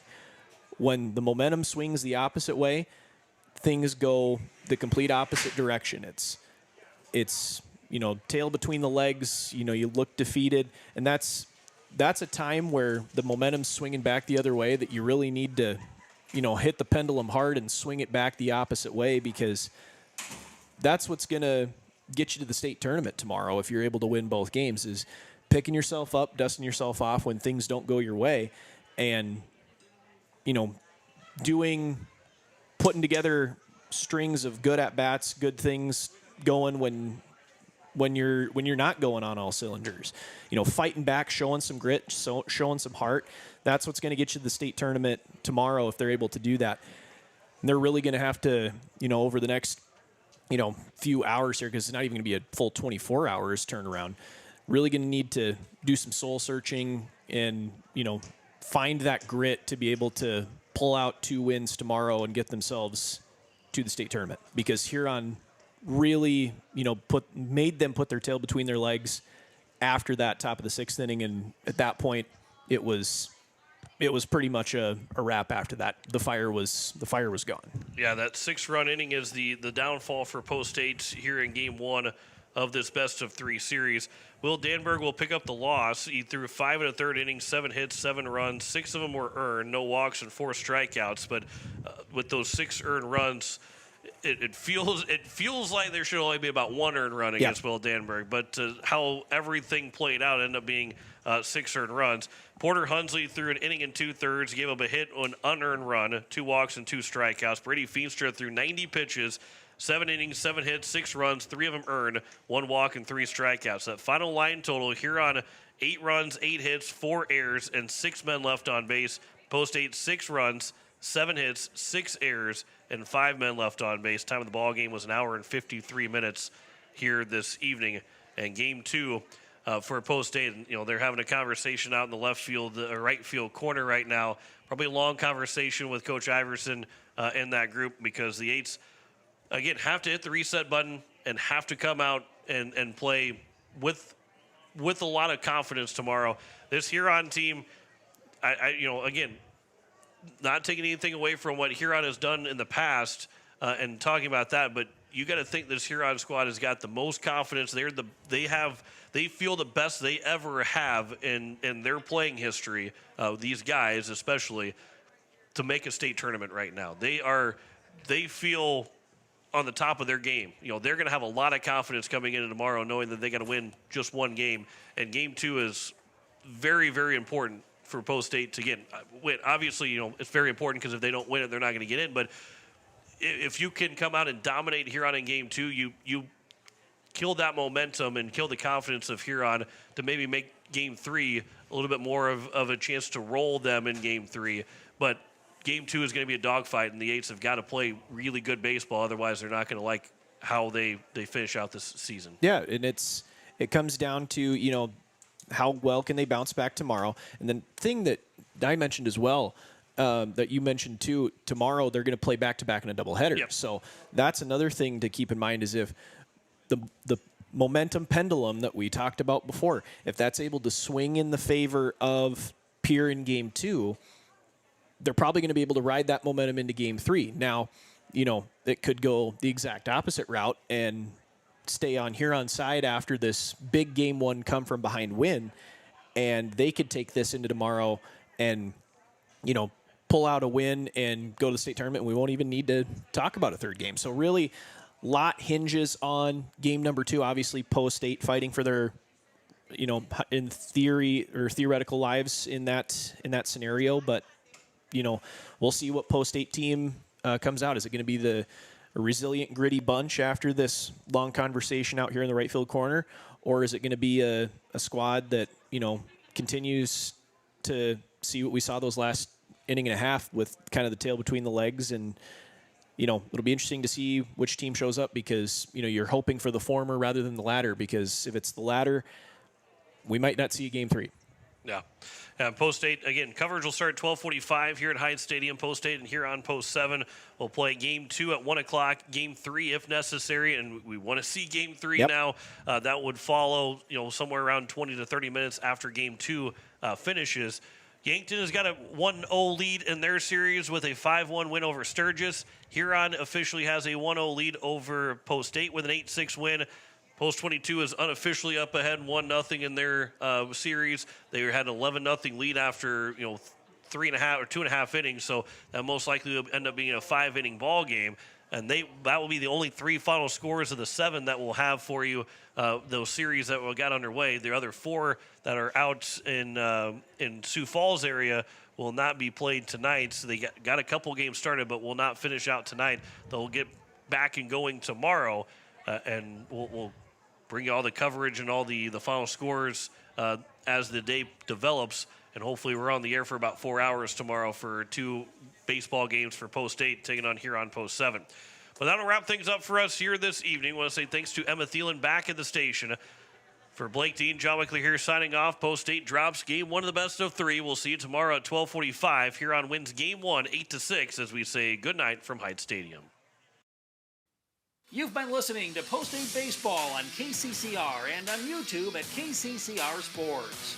Post 8 Baseball is brought to you by Comtech, True Green Chemlawn, Edward Jones Financial, Overhead Door, Todd's Electric, Shane's Pharmacy, Yay Gare, AGE, First Fidelity, State Farm Becky Possiba Agency, Capital City Ford, Lincoln, and Toyota, Oahe Federal Credit Union, Missouri River Dentistry, Dakota Sprinkler and Landscaping, Egtegra, Ferding Electric, Envirotech, Kruger Climate Systems, Stalkin Peterson LLP, Wagner Auto, the South Dakota Office of Attorney General, Division of Consumer Protection, Gales Gas, First United Methodist Church, Karsten Erickson Roofing and Construction, Beck Motors, May Adam, American Family Insurance Brittany Scheffelbein Agency, Lamb Motors, Bank West, CHS River Plains, Faith Lutheran Church, Graham Tire, Kathy Sunshine Properties, Venture Communications, and the American of Fort Pierre. Join us all season on KCCR and on YouTube at KCCR Sports for more Post 8 Baseball. This has been a special presentation of Riverfront Broadcasting Sports, Central South Dakota's sports